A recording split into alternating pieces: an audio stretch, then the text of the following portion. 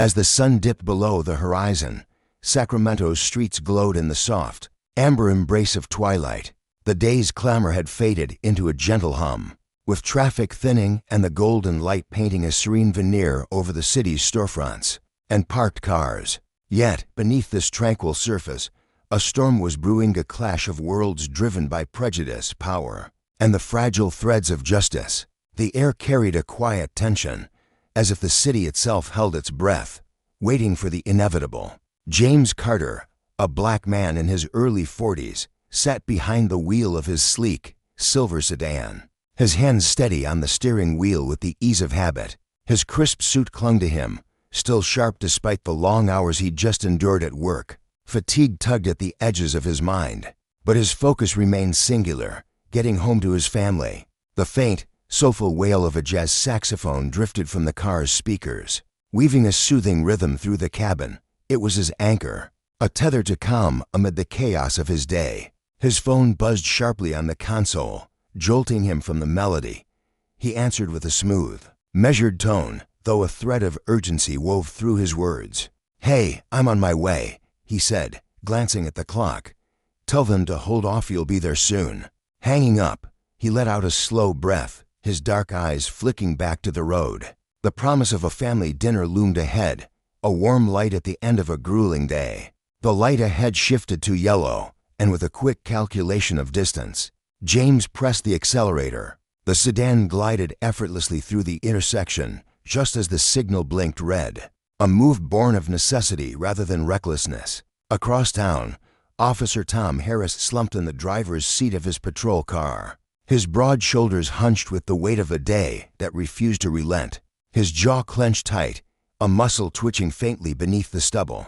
The hours had been merciless petty arguments with shopkeepers, a heated exchange with a pack of teenagers who'd taunted him as they scattered into the dusk. The job had worn him thin, leaving a bitter residue of frustration he couldn't shake. His pale blue eyes roamed the street, drifting over the passing cars with a detached boredom. Then he saw it, a gray sedan slicing through the intersection, its polished frame catching the last rays of sunlight. To Tom, it wasn't just a traffic violation, it was an intrusion, a challenge to the order he clung to. His fingers tightened around the wheel, knuckles whitening as instinct and irritation flared in equal measure. "Not today," he muttered under his breath, flipping on the patrol lights. The siren cut through the evening stillness as he pulled out, the red and blue flashes painting the asphalt in sharp, staccato bursts. James caught the flicker of lights in his rearview mirror and felt a familiar weight settle in his chest. His grip on the wheel tightened, a reflex born of too many encounters like this one. Memories surged unbidden times when a routine stop had spiraled into something invasive, something dehumanizing. He slowed the sedan, easing it to the curb, the pulsing lights now bathing his car in their relentless glow.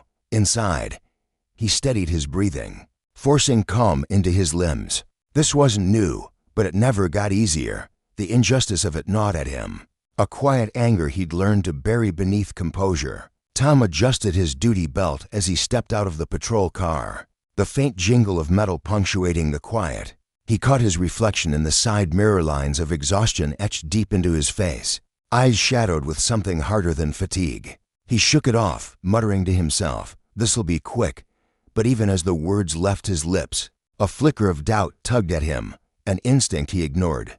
His boots crunched against the pavement as he approached the sedan, each step deliberate, a silent declaration of control. The car gleamed under the streetlights, its spotless windows and polished curves standing out against the worn surroundings. To Tom, it screamed outsider Samin who didn't fit the mold of this neighborhood, his neighborhood. Through the driver's window, he saw James, upright, hands resting visibly on the wheel, the picture of calm compliance.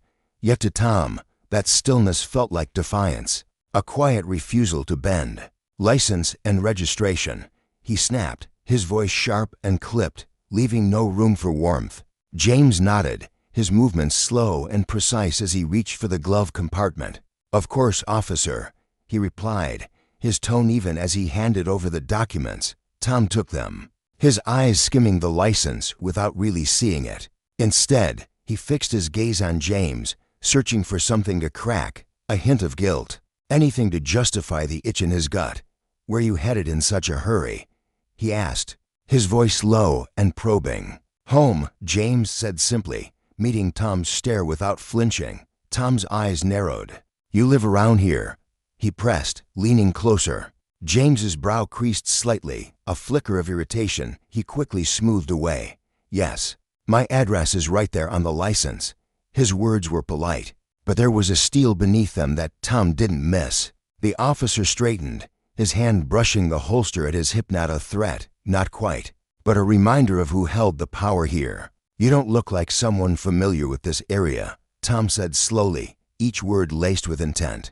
James held his gaze, unflinching. "I drive through here every day." The air between them thickened, charged with an unspoken challenge. Tom's lips twitched into a smirk, though his eyes stayed cold. "Funny," he drawled, sarcasm dripping from the word. "Most people I stop aren't this calm. Makes me wonder if you've had practice." James tilted his head, his expression steady, almost curious. "Would you like to explain what you mean by that, officer?" The question hung there, polite but pointed, a mirror held up to Tom's words. The officer's confidence wavered for a heartbeat, his smirk faltering before he regained his footing. "Step out of the car," he ordered, his tone hardening into something unyielding. James raised an eyebrow, a flicker of disbelief crossing his face.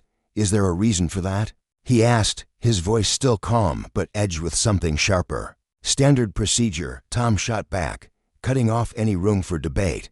James exhaled slowly, his chest rising and falling as he weighed his options. Then, with deliberate care, he opened the door and stepped out, his polished shoes touching the pavement with a quiet thud. He stood tall, his tailored suit catching the fading light, a stark contrast to Tom's rumpled uniform. If the officer had hoped to rattle him, he'd miscalculated. The street around them seemed to hush, the golden hues of Sacramento's twilight stretching their shadows long and thin. For James, this moment was more than a traffic stop. It was a thread in a tapestry of indignities, a reminder of a system that too often saw him as a threat before a man. Deep inside, a quiet fury simmered, tempered by the knowledge that losing control would only feed the narrative. Tom seemed eager to write. He thought of his family waiting at home, the dinner growing cold, the laughter he'd miss if this dragged on. Justice, he knew, was a fragile thing, elusive when power went unchecked. For Tom, this was a test of dominance, a chance to reassert the authority he felt slipping through his fingers with every passing day. The job had hardened him, stripped away the empathy he'd once carried, leaving behind a man who saw suspicion in every shadow. He didn't know it yet, but he was teetering on the edge of a reckoning. The sedan, the suit, the calm demeanor gnawed at him, fueling a prejudice he wouldn't name. His hand rested near his holster again, a subconscious tick, as he squared his shoulders. "You always this smooth when you get pulled over?" he asked, his voice tight with accusation. James met his gaze, unflinching. "I'm familiar with the process," he said. The words simple but heavy with unspoken history. Tom's jaw tightened, his irritation flaring into something hotter. He leaned in, his voice dropping to a near growl. "Experience has taught me to stay calm," James added, his tone unshaken, a quiet defiance that cut deeper than any shout. The tension crackled between them, a live wire sparking in the dusk. Down the street, a pedestrian paused, their silhouette hovering at the edge of the scene, eyes wide with curiosity. A shopkeeper lingered in his doorway, wiping his hands on an apron, his brow furrowed as he watched the standoff unfold. They were witnesses to a moment that felt larger than itself, a collision of power and principle. Tom felt their stares like pinpricks on his skin, stoking the fire in his chest. He doubled down, his voice rising. "You ran a red light," he snapped, pivoting to the offense he'd latched onto. "Yellow, actually," James corrected, his head tilting slightly. "I was through the intersection before it changed." His calm precision only fueled Tom's frustration. "Running a yellow doesn't make it legal," the officer retorted, his eyes narrowing into slits. James nodded, conceding nothing. "I understand. I'm happy to resolve it if there's a violation. But is this about the light, or something else?" The question landed like a stone in still water, rippling through the air. Tom's smirk returned, colder this time. "You think you're clever, don't you?" he said. Stepping closer, his boots scuffing the pavement, James didn't budge, his stance rooted, his eyes steady. "I'm just trying to get home, officer." The simplicity of the truth of thing there. A quiet rebuke to Tom's escalating aggression. In that moment, the scales of justice trembled. Tom, blinded by his own biases, couldn't see the line he was crossing. He wielded his authority like a blunt instrument, oblivious to the consequences gathering like storm clouds overhead. For James, this was a fight he'd never sought, but couldn't avoid a stand against a power that too often bent toward cruelty. The lesson was stark and unyielding. Unchecked authority could topple empires, but it could also unravel the one who held it, thread by fragile thread. And as the twilight deepened, the truth of James's identity still hidden from Tom waited to strike. A revelation that would shatter the officer's world and lay bare the cost of his prejudice. The tension in the air was so palpable that it seemed to settle like a heavy fog, brushing against the skin of a lone pedestrian who had paused just a few yards away. They stood under the dim glow of a flickering street lamp, their fingers fumbling with their phone. Though their eyes remained locked on the unfolding scene, they weren't just a casual observer. Their stillness carried the weight of someone who knew they might bear witness to something significant. Across the cracked asphalt, Tom's broad shoulders stiffened, his spine going rigid as he caught the glint of that onlooker's gaze. His chest tightened with a flicker of unease, though he masked it beneath a hardening scowl. "What's your deal, huh?" he growled, his voice sinking into a low, gravelly register that vibrated with barely restrained aggression. "Why do you have to make everything so damn difficult?" James, seated behind the wheel of his sleek sedan, didn't flinch. His fingers rested lightly on the edge of the steering wheel, but his posture shifted ever so slightly, a subtle adjustment that betrayed a spark of defiance. Beneath his composed exterior, he arched a single eyebrow, the faintest curve of skepticism tugging at his features. "I handed you my license and registration without so much as a word of protest," he replied, his tone smooth and even, though it carried a razor-sharp edge. "What, exactly, is difficult about that?" His words weren't loud, but they sliced through the night air with precision, daring Tom to justify himself. Tom's hand drifted toward his belt, hovering near the polished leather of his holster in a motion that was too deliberate to be casual. His jaw tightened, the muscles flexing beneath his weathered skin as frustration simmered in his chest. "Your attitude, for one," he snapped, his voice growing taut. "You don't even seem nervous. Most pleasant people show a little more cooperation in a situation like this." His eyes narrowed, searching James's face for a crack in that infuriating calm. Some hint of fear or submission he could latch onto. But James's expression remained a blank slate, his deep brown eyes meeting Tom's with an unyielding steadiness that only stoked the officer's irritation. Inside the car, James felt the weight of Tom's scrutiny pressing against him, but he refused to let it seep into his bones. He shifted in his seat, the leather creaking faintly beneath him, and leaned back with a measured exhale. "Cooperation doesn't mean I have to cower," he said, his voice cutting through the tension like a blade. "I'm not here to play scared for you." The words landed with quiet force, and for a moment, Tom's breath caught in his throat, his nostrils flaring as a flush of anger crept up his neck. He hated the way this man sat there, unshaken, as if he held all the power despite the badge gleaming on Tom's chest. "Step out of the car," Tom ordered abruptly, his voice a jagged bark that shattered the stillness. His patience was fraying, unraveling thread by thread with every second James refused to bend. James tilted his head slightly, his calm demeanor a fortress Tom couldn't breach. "Is there a specific reason, officer?"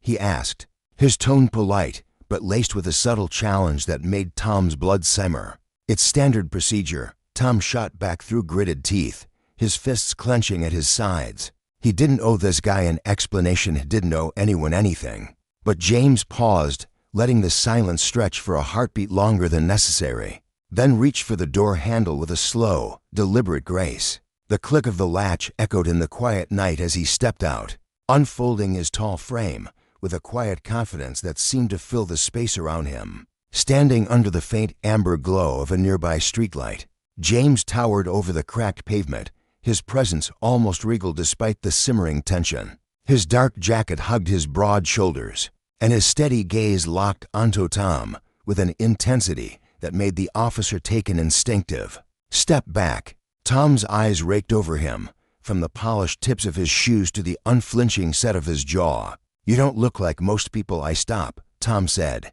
his words heavy with an unspoken accusation, a bitter edge curling around them like smoke. James didn't blink. "Maybe that's part of your problem," he replied, his voice low and unwavering, each syllable a quiet rebuke that stung more than Tom wanted to admit. Tom's jaw clenched so hard his teeth ached, his patience worn down to a brittle thread. The pedestrian, still hovering nearby, shifted their weight, their phone now clutched at chest level, the faint glow of the screen betraying their intent to capture every moment. Tom's peripheral vision caught the movement, and a fresh wave of irritation surged through him, hot and unrelenting. This wasn't just about James anymore, it was about the eyes watching, the judgment lurking in the shadows. "This is how it's gonna go," he said, his voice rising with a sharp edge as he fought to reclaim control. "I'm gonna ask you some questions, and you're gonna answer them. No attitude, got it?" James folded his arms across his chest, his posture relaxed yet unyielding, a wall of quiet defiance Tom couldn't scale. "Ask your questions, officer," he said, his tone as steady as ever, though his eyes glinted with something harder, something that made Tom's gut twist. "Why are you really in this neighborhood?" Tom demanded, his tone thick with suspicion, his stance widening as if he could physically dominate the conversation. "I already told you," James replied, his voice calm but firm. "I'm on my way home."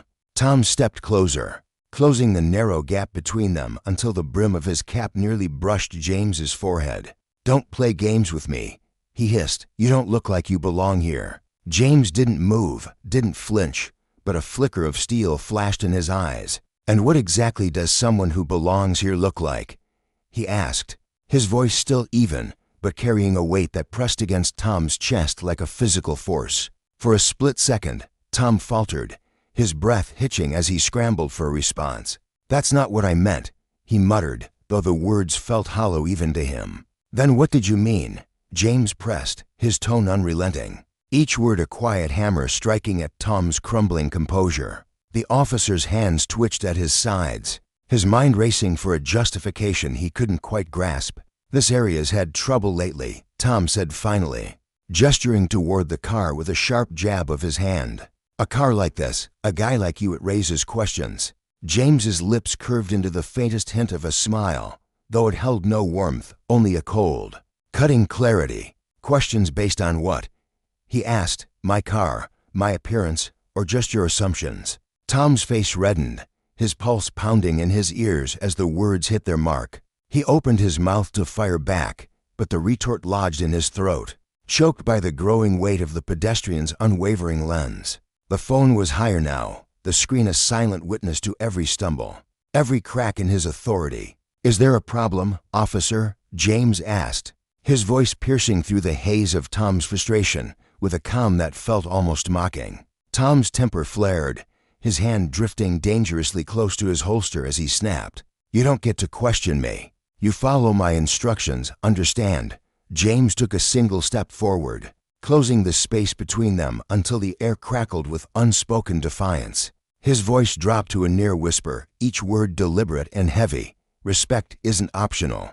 Officer, it's earned." For a moment, time seemed to freeze. The silence stretched taut between them, broken only by the distant hum of traffic and the faint rustle of leaves skittering across the pavement.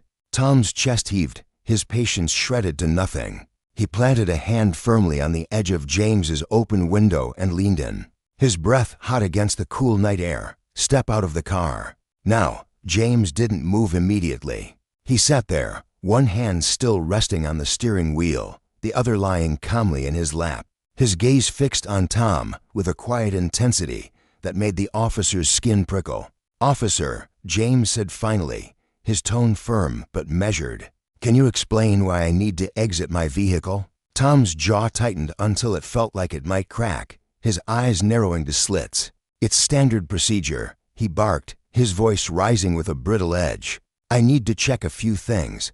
James's brow lifted slightly, a flicker of skepticism crossing his face. Standard procedure for what? He asked. You've got my license and registration. I'm not resisting. So what exactly are you looking for? Tom's hand brushed the holster at his hip, a calculated move meant to intimidate, though his fingers trembled faintly with the adrenaline coursing through him. I'm not arguing with you, he growled. Get out, or I'll make you. James didn't blink. His expression remained a mask of calm, unshaken by the threat hanging between them like a storm cloud. I'm asking for clarity, officer, he said evenly. If there's a lawful reason for me to step out, I'll comply, but I'd like to know what that is. Tom leaned closer, his voice dropping into a menacing snarl. Don't push me, Carter. You're already in enough trouble. Get out, or this escalates. James exhaled slowly, his face betraying no hint of fear, no crack in his resolve. The pedestrians shifted again, their phone now aimed squarely at the confrontation. The faint click of the recording a quiet drumbeat in the background. Fine, James said at last, his tone still steady, but carrying a weight that made Tom's stomach twist. He unlocked the door with a soft click and stepped out, his movements precise and unhurried, as if he were stepping onto a stage rather than into a power struggle. Tom retreated a step, his eyes scanning James with a critical glare. Hands where I can see them, he barked, his voice sharp and commanding. James raised his hands to shoulder level, his motion smooth and deliberate, though his posture radiated a quiet defiance that Tom couldn't ignore. There's no need for this aggression, officer, James said calmly. I haven't posed any threat to you. You don't get to decide that, Tom shot back, his voice dripping with irritation as he fought to reassert his dominance. You don't call the shots here. James lowered his hands slightly, keeping them visible but refusing to shrink under Tom's glare. I'm not trying to call the shots, he said, his tone measured but firm. I'm just reminding you this is supposed to be a routine stop, not a confrontation. Tom's eyes blazed, and he jabbed a finger toward the front of the car. Move to the hood. Hands flat. James complied without a word, though every step he took carried an air of unshakable resolve. He placed his palms flat on the cool metal of the sedan's hood, his back straight, his head held high. The pedestrian edged closer, their phone now a glaring eye capturing every tense exchange. Tom moved behind James, his hands rough as he began a pat-down, muttering under his breath. You think you're smart, don't you? Trying to lecture me about how to do my job. James didn't turn his head, but his voice cut through the night with a steady sharpness. I don't need to lecture you, officer. Your actions speak louder than I ever could. Tom's hands moved over James's jacket and pockets, his touch harsher than necessary, as if he could force some hidden truth to surface. Are you carrying any weapons? He demanded. No, James replied, his tone unwavering. Drugs? Tom pressed, his voice thick with accusation. Nothing illegal, James said, his calm a stark contrast to Tom's mounting frustration. The officer's search was meticulous, his fingers digging into every seam. But it yielded nothing, no justification for the aggression, no evidence to prop up his crumbling authority. Why don't you just tell me what you're looking for? James asked, his voice slicing through Tom's silence with a calm that felt almost taunting. Tom straightened, his face flushed with a mix of anger and unease. He gestured for James to turn around, his stance wide as he tried to reclaim the space between them. You're awfully calm for someone in your position, he said, his voice dripping with suspicion. James met his gaze, his expression neutral, but his eyes sharp. What position is that? He asked. Tom crossed his arms, his chest puffing out as if sheer bulk could intimidate where words had failed. Most people would be nervous right now. You're not. James tilted his head slightly, a faint glimmer of defiance in his eyes. Confidence isn't a crime, officer. Neither is knowing my rights. The words struck Tom like a slap, his face hardening as anger surged through him. He stepped closer, his voice rising with a jagged edge. Listen to me, he snapped. You don't get to stand here and act like you're in charge. You don't know who you're messing with. James's gaze sharpened, though his voice remained a steady, controlled whisper. And you don't know who you've pulled over. Maybe we're both about to find out. The air between them thickened, charged with unspoken challenges, a storm brewing in the space where their wills collided. Tom took a step back, his face a mask of irritation and uncertainty. His finger jabbing accusingly at James. "You're trying to make me look bad," he hissed, his voice trembling with restrained fury. James let out a quiet breath, his tone measured but piercing. "I'm not trying to make you look bad, officer. Your actions are doing that for you."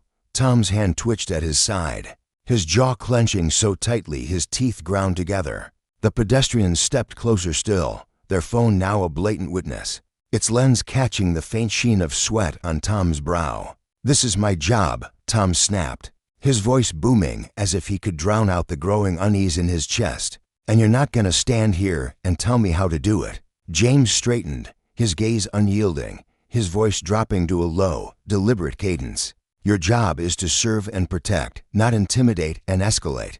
Tom's face flushed a deep crimson, his hands balling into fists as he struggled to hold onto the last threads of his authority. "You don't get to decide what my job is," he snarled. James didn't back down, his words cutting through the night like a blade. "Your insecurity isn't a license to abuse your authority." The statement hung in the air, heavy and resonant, a thunderclap of truth that left Tom reeling. For a moment, neither man spoke. The only sounds the distant hum of traffic and the soft click of the pedestrian's phone. Immortalizing every second, Tom's patience snapped like a brittle twig. He surged forward, grabbing James by the shoulder and shoving him hard against the hood of the car. The sharp clang of metal reverberated through the empty street, a stark punctuation to the officer's unraveling control. "Stay still," Tom barked, his voice raw and commanding, though it trembled with the weight of his own faltering power. James didn't resist. He pressed his hands flat against the hood, his body steady, his breathing even. But beneath that calm exterior burned a quiet foreignet at Tom, but at the system that emboldened him. The badge that twisted justice into a tool for petty tyranny. The pedestrian's camera caught it all, the officer's flushed face, the rigid set of James's shoulders, the unspoken lesson unfolding in the dim light.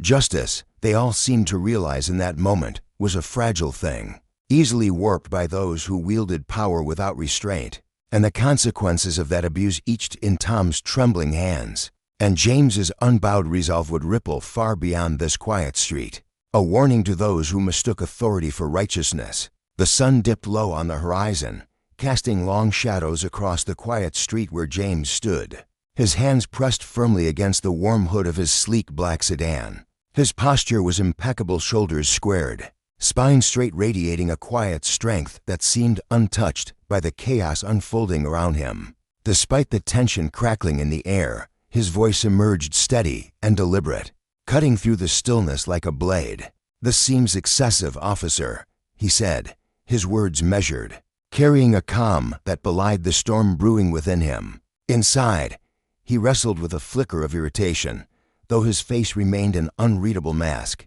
his dark eyes sharp and focused. Officer Tom, standing a few feet away, barely acknowledged the remark. His broad frame loomed over James, his expression hard and unyielding, as though carved from stone. Ignoring the subtle protest, he stepped forward with purpose, his boots scuffing the asphalt, his hands calloused and roughing in their intrusive work, patting down James with a force that bordered on aggression. The tailored fabric of James's suit wrinkled under Tom's grip, as he slapped the outside of James's pockets with deliberate intensity. Each movement a silent dare, an invitation for James to break his composure. Tom's jaw tightened, his breath coming in short, sharp bursts as he barked, "Empty your pockets." His tone was gruff, laced with an authority he seemed desperate to assert. James turned his head slightly, just enough to meet Tom's gaze with a look that was piercing yet restrained. "They're already empty," he replied, his voice smooth as polished steel, betraying none of the frustration simmering beneath the surface. Inside, he felt the heat of indignation rising. How dare this officer treat him like a common criminal? But he swallowed it down, keeping his emotions tightly leashed. Tom, undeterred, moved to the front pockets of James's pants, his hands pressing harder, as if sheer force might uncover some hidden wrongdoing. The roughness grated on James, but he inhaled deeply, the cool evening air filling his lungs. steadying him against the urge to snap. "I'll decide that," Tom shot back, his voice clipped, his eyes narrowing as he squared his shoulders. His ego bristled at James's calm defiance, a challenge he couldn't quite name, but felt deep in his bones. "What's that supposed to mean?" he pressed, his tone sharpening as his patience frayed. James held his ground, his stance unshaken. "It means," he said, his words slow and deliberate, "that whatever excuse you're fishing for doesn't exist." The subtle edge in his voice struck Tom like a spark to dry tinder, igniting a flicker of anger in the officer's chest. Tom grabbed the lapels of James's jacket, shaking it with a vigor that bordered on desperation, as though he could will evidence into existence. Nothing fell out, not a scrap, not a sound, only the faint rustle of fabric against the evening breeze. Tom's frustration carved deeper lines into his weathered face as he stepped back, his breathing heavy. "Turn around," he ordered, his voice a low growl, thick with barely contained irritation. James complied, his movements slow and intentional, a silent refusal to be rattled. As he pivoted, his eyes locked with Tom's, unflinching and steady, a quiet storm brewing behind them. "Are we done here?" he asked, his tone even but carrying a faint undercurrent of challenge. "Or do you plan on inventing something next, inside?" He felt a surge of defiance. He wasn't just some pawn to be pushed around, but he kept it buried, his exterior cool and composed. Tom stepped closer, closing the distance between them until his breath was hot against James's face. "Watch your mouth," he snarled, his voice dropping to a menacing whisper. His hand twitched near his belt, a subtle flex of power, a reminder of the badge he wore. "I'd suggest the same," James replied, his calm unshaken, though the faintest hint of steel edged his words. He could feel the tension coiling tighter, the air between them electric with unspoken stakes. Tom's face flushed a deep crimson, his control slipping as he spun on his heel and stormed toward the sedan. "Pop the trunk," he demanded, his voice slicing through the quiet like a whip. James didn't budge, his arms crossing over his chest as he studied Tom with a measured gaze. "You don't have probable cause to search my car," he said, his tone firm, each word a brick in the wall he was building against Tom's overreach. Inside, he felt a flicker of satisfaction. Let the officer squirm under the weight of his own actions. Tom leaned in, his face inches from James's, his voice sharp and biting. "You don't get to tell me how to do my job. Open it." His eyes blazed with a mix of anger and desperation, the kind that came from knowing he was losing ground but refusing to admit it. For a moment, James simply watched him, weighing his next move. Then, with deliberate calm, he reached into his pocket, his fingers brushing the cool metal of his key fob. He pressed the button, and the trunk released with a soft, satisfying click. Tom strode to the rear of the car, his heavy footsteps echoing in the stillness, and yanked the lid open with a force that sent a tremor through the vehicle. The trunk was pristine, immaculate, even its contents neatly arranged, a black gym bag tucked into one corner, a set of polished golf clubs gleaming faintly in the fading light. Tom attacked the bag first, tearing it open and pulling out its contents with frantic energy: a pair of worn sneakers, a half-empty water bottle, a folded towel. He inspected each item as though it might conceal a secret, his fingers lingering over the towel's creases, his brow furrowing deeper with every empty discovery. James stood silently, his arms still crossed, his presence a steady anchor amid Tom's unraveling. "You're really reaching, officer," he said, his voice cutting through the tension like a knife, sharp and precise. Inside, he felt a grim amusement. This man's desperation was almost pitiful, but he kept his expression neutral, his eyes fixed on Tom's every move. Tom whirled around, jabbing a finger in James's direction. "You don't get to talk back to me," he snapped, his voice rising, brittle with frustration.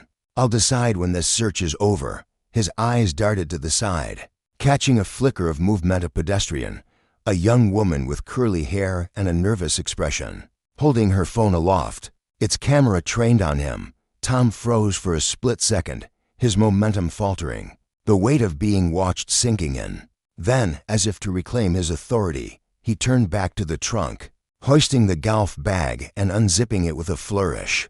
"You a golfer?" he asked, his voice dripping with mockery, a weak attempt to regain the upper hand. Occasionally, James replied, his answer curt, his tone clipped. He watched as Tom sifted through the clubs, his hands clumsy with agitation, finding nothing but polished metal and leather. The futility of it all seemed to hit Tom like a punch dropped the bag back into the trunk. With a heavy thud and slammed the lid shut, the sound reverberating through the empty street. "You're not helping your case," Tom said, stepping closer again, his voice low and simmering with anger. His chest heaved, his fists clenching at his sides as he tried to reassert control. "Helping my case," James echoed, his tone sharpening, his patience wearing thin. "You've turned a simple traffic stop into a circus. Tell me, officer, what case are you even building?" Inside, he felt a surge of exasperation. This wasn't just about power. It was about Tom's fragile ego, crumbling under scrutiny. Tom's eyes narrowed, his lips curling into a sneer. "You're just trying to play the victim." He spat, his voice thick with disdain. James let out a short, humorless laugh, the sound dry and cutting. "I don't need to play anything," he said, his gaze unwavering. "Your actions are doing all the work." The pedestrian edged closer, her phone steady now, her presence an undeniable witness. Tom's frustration boiled over, spun toward her, his voice cracking like a whip. "Move along. This doesn't concern you." "It concerns everyone when an officer oversteps," James interjected, his voice calm but piercing, slicing through Tom's outburst like a beacon of clarity. Inside, he felt a swell of resolve that this wasn't just about him anymore. It was about the principle, the line that shouldn't be crossed. Tom whipped back to face him, his composure fraying at the edges, his hands trembling with barely contained rage. "You don't know who you're dealing with," he growled, his voice low and dangerous. A last-ditch effort to intimidate. James didn't flinch, his stance solid as granite. "Neither do you," he replied, his words quiet but heavy with meaning. The tension between them crackled, a silent battle of wills playing out in the fading light. Tom's hand hovered near his belt, his posture rigid, the authority he clung to slipping through his fingers like sand. "You think you're untouchable, don't you?" he sneered, his voice dripping with venom. "No," James said softly, his gaze steady, unflinching. "I think accountability scares you." The words landed like a thunderclap, stripping away the last of Tom's bravado. Tom stepped closer, invading James's space, his breath hot and ragged. "You've got a lot of nerve talking to me like that," he hissed, his eyes wild with fury. "And you've got a badge that doesn't give you the right to abuse your position," James countered, his voice razor-sharp, cutting through the haze of Tom's anger. The pedestrian kept filming, her phone capturing every word, every gesture, the confrontation unfolding in vivid detail. Tom glanced at her, a flicker of unease crossing his face before he turned back to James. "This isn't over," he said, his voice low and simmering with a promise of retribution. James straightened, his posture unyielding, his voice steady as stone. "You're right. It's not over, but not for the reasons you think." Inside, he felt a quiet certainty this moment was bigger than Tom realized, and the consequences would ripple far beyond this empty street. Tom, oblivious to the depth of his misstep, squared his shoulders, his frustration teetering on the edge of rage. "I need to see more identification," he demanded, his voice sharp and snarling. "Hand it over. Now." His chest puffed out, his hand hovering near his holster, a desperate bid to reclaim dominance. James remained still, his expression calm but resolute, a fortress against Tom's bluster. Inside, he weighed his options, feeling the weight of the moment pressing down on him. He tilted his head slightly, his eyes narrowing as he asked, "Are you sure you want to keep going down this path, officer?" The question was measured, deliberate, each word dripping with intent. It wasn't a threat, it was a warning, one that landed with precision, momentarily throwing Tom off balance. The officer's bravado flickered, his confidence shaken by the quiet authority in James's tone. "Don't you dare try to outsmart me," Tom barked, his voice booming now, echoing off the nearby buildings. His hand brushed his holster again, a reflex of control, a reminder of the power he still thought he held. "You're not in a position to ask questions." James didn't flinch, his steady gaze locking with Tom's wild glare. For a moment, the world seemed to hold its breath, the the charged air between them thick with unspoken stakes. Then, slowly, James moved, his hand reaching toward the inside pocket of his blazer with a deliberate grace. "I'm reaching for something you'll want to see," he said evenly, his voice clear and calm, leaving no room for misinterpretation. Tom's body tensed, his fingers twitching near his weapon as he snapped, "Do it slowly." James complied, his movements precise and unhurried, a quiet defiance in every gesture. From his pocket, he withdrew a slim leather wallet, its surface worn but elegant. Without breaking eye contact, he flipped it open, revealing a polished badge that gleamed in the dimming light, its emblem a stark symbol of authority. Beside it, an ID card bore his name and title in crisp, official print. "James Carter," he said, his voice steady but resonant with power. "Chief of Internal Affairs for Sacramento." For a heartbeat, Tom didn't react, his eyes darting from the badge to James's face and back again, as if his mind couldn't process the revelation. Then, like a dam breaking, realization crashed over him. "What?" he stammered, his voice cracking, his bravado crumbling. He took an involuntary step back, his once imposing frame shrinking under the weight of his mistake. "Chief of Internal Affairs," James repeated, his tone unwavering, his presence towering now despite his calm demeanor. "My job is to oversee and ensure accountability within law enforcement, including officers like you." The words hit Tom like a physical blow, his face flushing red as the full scope of his error sank in. His jaw worked silently, searching for a defense, but nothing came. "You've got to be kidding me," Tom muttered, his voice barely audible, a whisper of disbelief tinged with dread. His hands fell to his sides, the aggression that had fueled him evaporating into the cool evening air. James held the badge up for another moment, letting its weight linger in the silence, then snapped the wallet shut and tucked it back into his pocket. "I assure you, I'm not," he said, his voice cutting through Tom's shock like a blade. Inside, he felt a quiet, triumphant joy, but a grim satisfaction.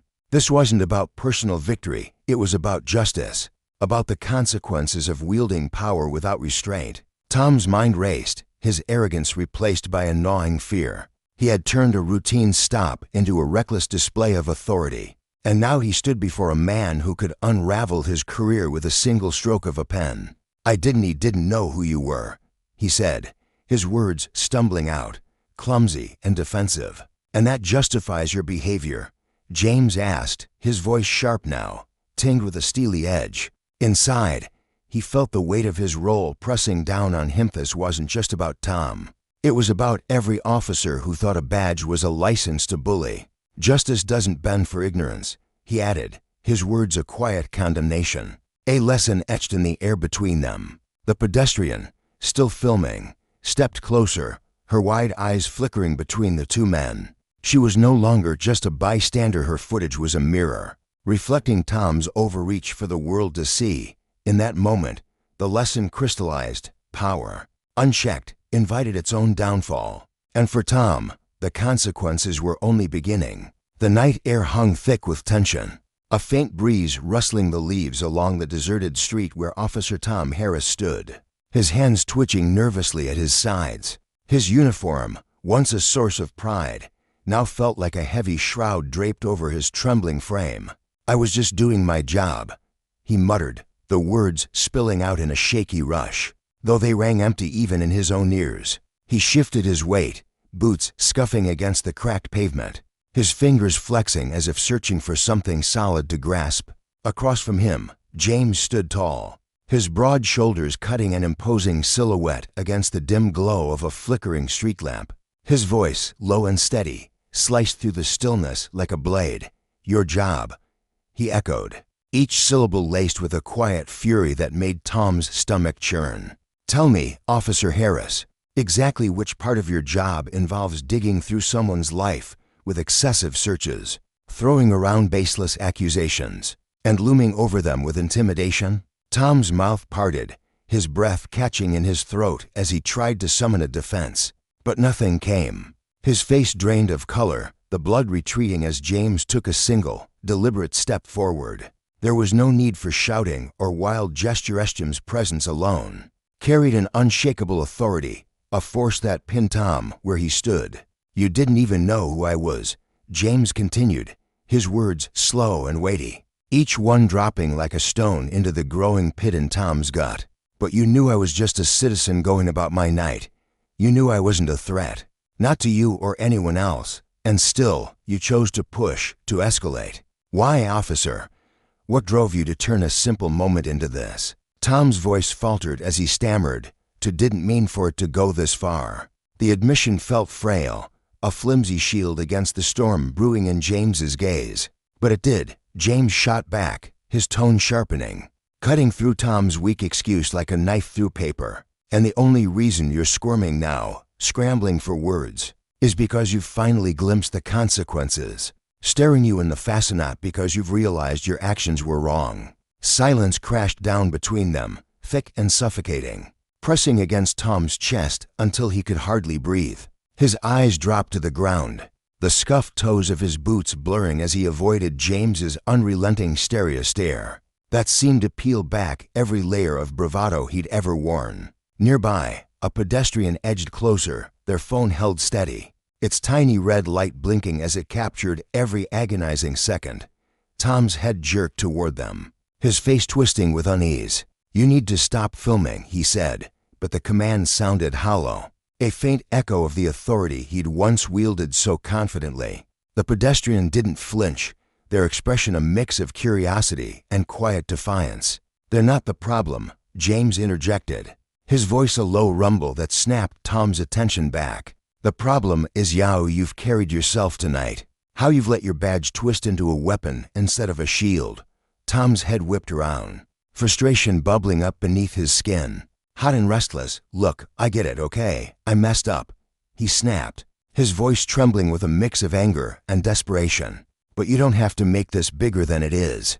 James's expression hardened, his jaw tightening as he took another measured step forward.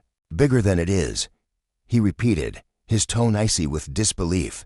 "Let me make this crystal clear. Officer, you turned a routine traffic stop a moment that should have been nothing into a personal power trip. That's not just a slip-up.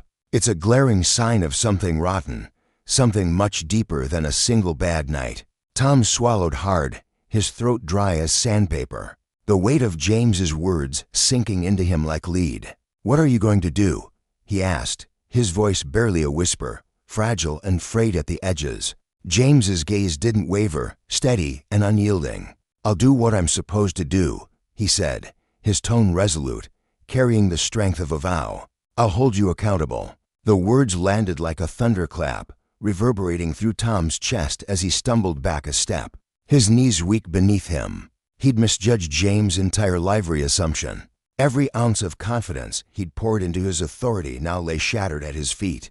The power he'd clung to so fiercely had slipped through his fingers, transferring wholly into James's hands. For the first time, Tom felt the full, crushing weight of what he'd done, his hands trembling faintly as he adjusted his stance, clinging desperately to the last scraps of control he thought he might still possess. "I was just following protocol," he muttered, the excuse sounding feeble even to himself, a shaky defense thrown up against an unstoppable tide. James raised an eyebrow, his gaze piercing and unsparing. "Protocol?" he repeated, the word sharp enough to cut through the thick night air. "Tell me, Officer Harris, what part of protocol tells you to escalate a simple stop into a full-blown confrontation? What rule book says it's fine to rummage through my belongings, to grill me with endless questions? All for nothing." Tom's lips parted, his mind racing as he groped for an answer. But his thoughts were a chaotic tangle, offering no lifeline. "I was ensuring the situation was safe," he finally managed, though the words lacked conviction. Crumbling under the scrutiny of James's stare.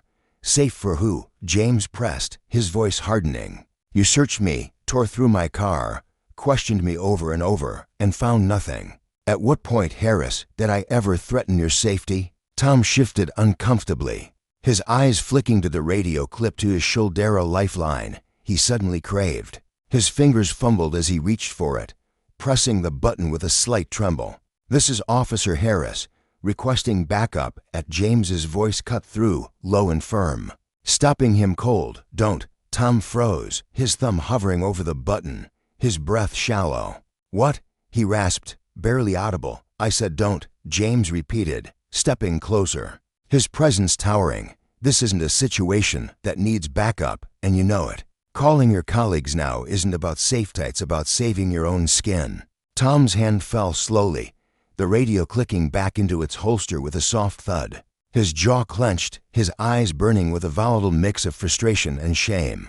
"I didn't mean for this to happen," Tom said, his voice tinged with a desperate edge, almost pleading. James tilted his head slightly, his expression cool but heavy with meaning. "Didn't mean for what to happen?" he asked, each word deliberate. "To overstep your authority, to treat me like a criminal without a shred of cause, or to get caught red-handed?" The accusation struck like a hammer, and Tom's gaze dropped again, unable to hold James's piercing scrutiny. "I was doing my job," he insisted weakly, the phrase a broken record, devoid of strength. "No," James countered, his voice rising just enough to carry a steely edge. "Your job is to serve and protect, not to harass, not to profile, and certainly not to abuse the power handed to you." Tom's hands curled into fists, his knuckles whitening as frustration surged within him. "You don't understand what it's like out here," he snapped, his tone defensive, brittle. "Every day, it's something new, people lying, resisting, trying to make us look like fools. I have to make split-second calls, and meetings." James cut him off, his voice sharp and unyielding. "Sometimes you let your own biases steer the wheel. Sometimes you decide someone doesn't fit in based on nothing but how they look." Tom's head jerked up, his face flushing red. "That's not what I meant," he shot back, but the words felt hollow. A flimsy denial crumbling under James's relentless pressure, "Isn't it?" James pressed, stepping closer still. "Because every move you made tonight screams exactly that." Silence fell again, heavy and oppressive, as Tom's chest heaved with uneven breaths. James studied him for a long moment, then spoke again, his voice dropping to a measured, deliberate cadence. "Answer me this, Harris," he said, each word a quiet challenge. "Were you acting out of duty or out of prejudice?" The question hung in the air, loaded and dangerous. A mirror held up to Tom's soul. He opened his mouth, but no sound emerged. His throat tightened, his mind wrestling with the unbearable weight of the truth. "You can't even answer, can you?" James said, his voice cold but steady. "Because deep down, you know this wasn't about the law. It was about your assumptions, your need to flex control over someone you decided didn't belong." Tom staggered back a step, as if distance could shield him from the reality James had stripped bare. His eyes darted to the pedestrian still filming, their steady gaze and unwavering camera a silent witness to his unraveling, then back to James, uncertainty carving deep lines into his face. "Look," he began, his voice softer now, almost broken. "I didn't mean for things to spiral like this. I was just doing what I thought was right." James's eyes narrowed, his tone hardening once more. "And that's the core of it, isn't it? What you think is right has nothing to do with justice or fairness. It's rooted in something darker, something that has no business wearing that badge." Tom's face crumpled, his shoulders slumping as the fight drained out of him. "What do you want from me?" he asked, his voice a fragile whisper, barely audible over the hum of the night. James straightened, his presence commanding the space between them. "I want you to own what you've done," he said firmly. "To see the harm you've caused not just to me, but to the trust people put in that uniform. I want you to face the consequences, not because I'm out for blood, but because justice demands it." Tom's fists unclenched, his hands falling limp at his sides. "I didn't realize," he started, but James cut him off again.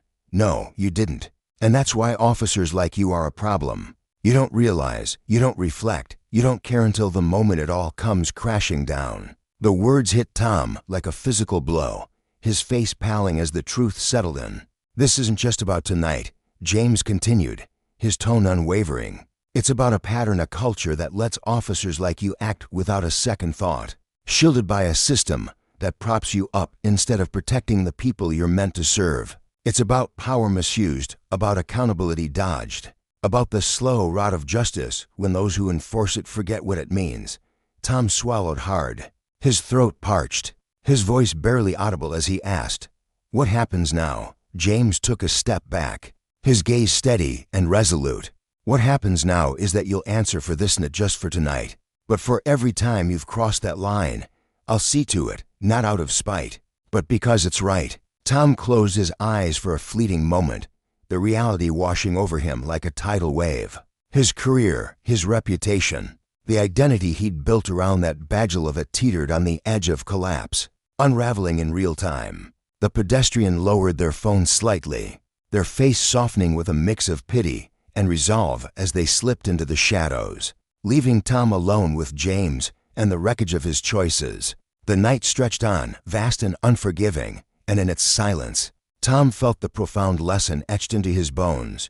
Power unchecked breeds injustice, and consequences, when they come, spare no one. The rain tapped relentlessly against the window of James Carter's study, a muted drumbeat that seemed to echo the tension coiling tighter in his chest. He pushed the heavy oak door shut behind him, the click of the latch sealing off the clamor of the world beyond, phones ringing, voices arguing, the hum of a city that never slept. For a fleeting moment, he stood still, letting the silence wash over him like a bomb.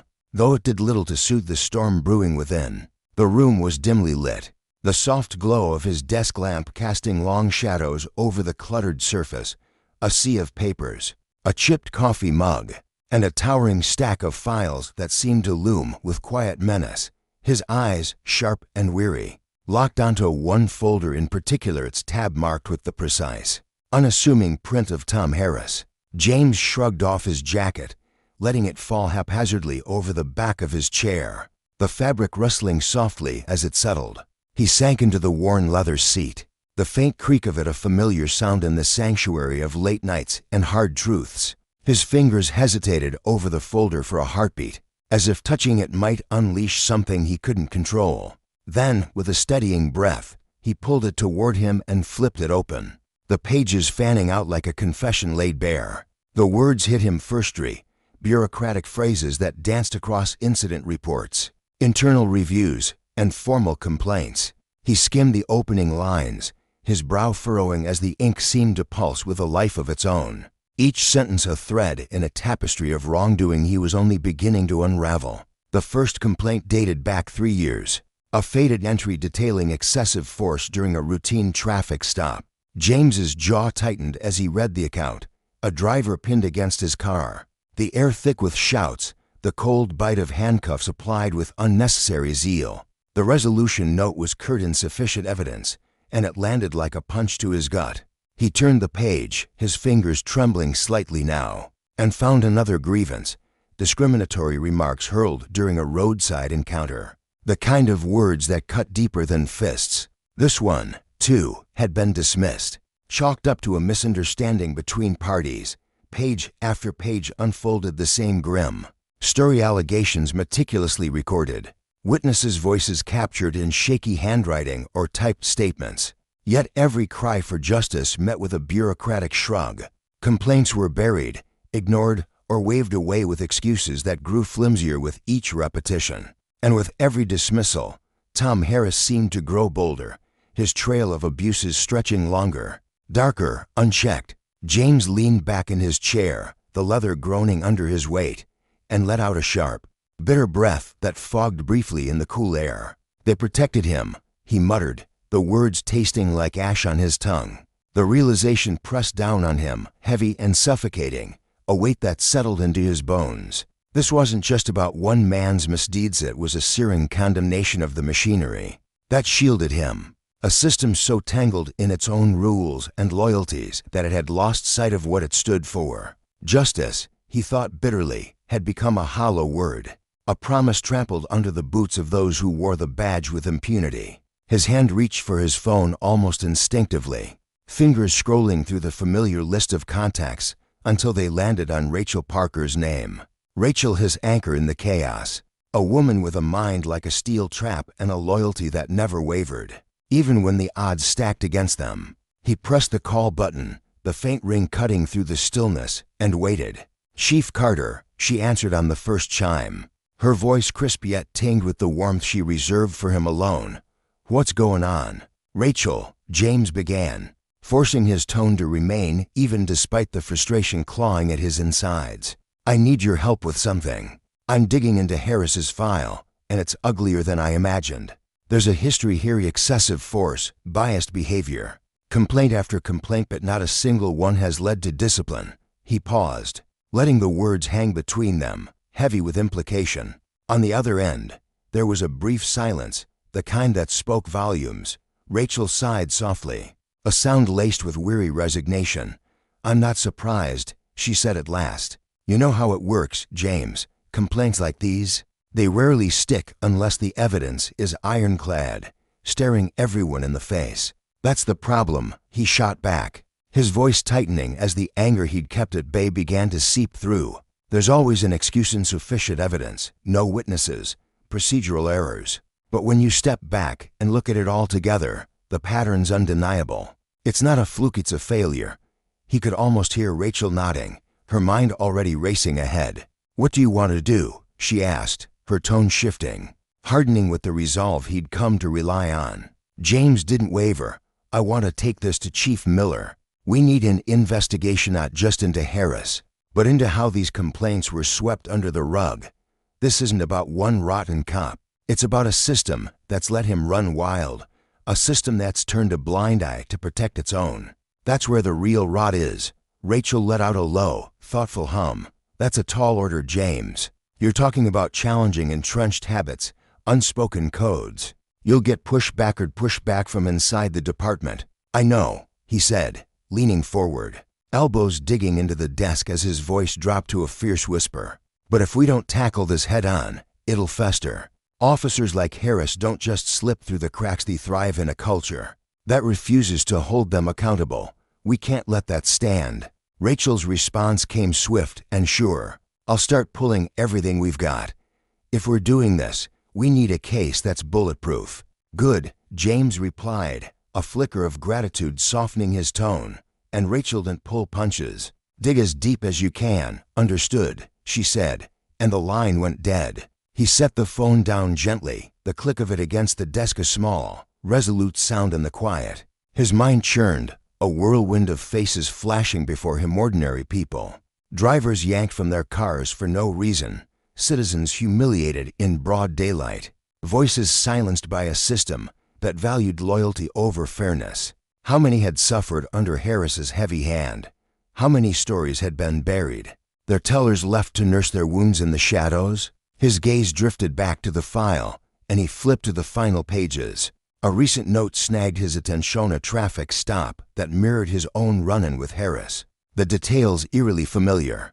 The complainant's name was blacked out, but their words leaped off the page: an unwarranted search, aggressive questioning, a stench of bias so thick it practically dripped from the ink. And yet, like all the others, it had been dismissed, a footnote in a saga of injustice. James's jaw clenched, the muscles tightening until they ached. The enormity of it all crashed over him like a wave. This wasn't just about Tom Harris. It was about a system that had twisted itself into knots to shield him, that had traded public trust for the comfort of its own ranks.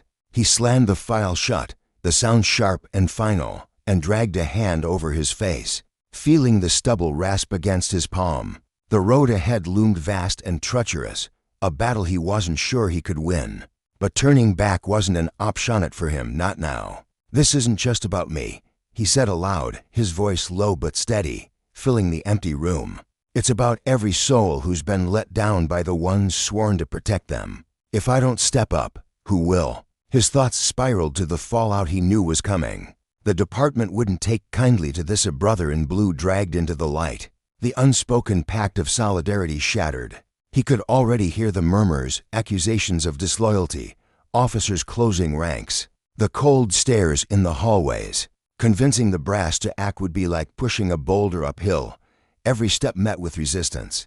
But the stakes dwarfed the politics, the personal slights. This was about clawing back a shred of integrity for a system that had drifted too far from its roots, about reminding everyone that power unchecked was a poison and justice delayed was a betrayal. He reached for his laptop, fingers brushing the cool metal as he pulled it close. The screen flickered to life, and he began drafting an email to Chief Miller. The subject line was stark, unyielding: request for immediate review, Officer Harris. His words flowed quickly, each keystroke a small act of defiance outlining the pattern, attaching the damning documents, pressing the urgency of it all. As he typed, a fire kindled in his chest, a resolve that burned away the exhaustion. This wouldn't be a hushed inquiry tucked away in some back room. It had to be loud, thorough, unflinching. Anything less would mock the people who'd suffered in silence.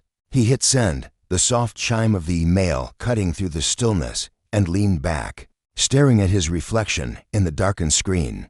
The man looking back was tired, lines etched deep around his eyes, but there was a glint of something unyielding there too.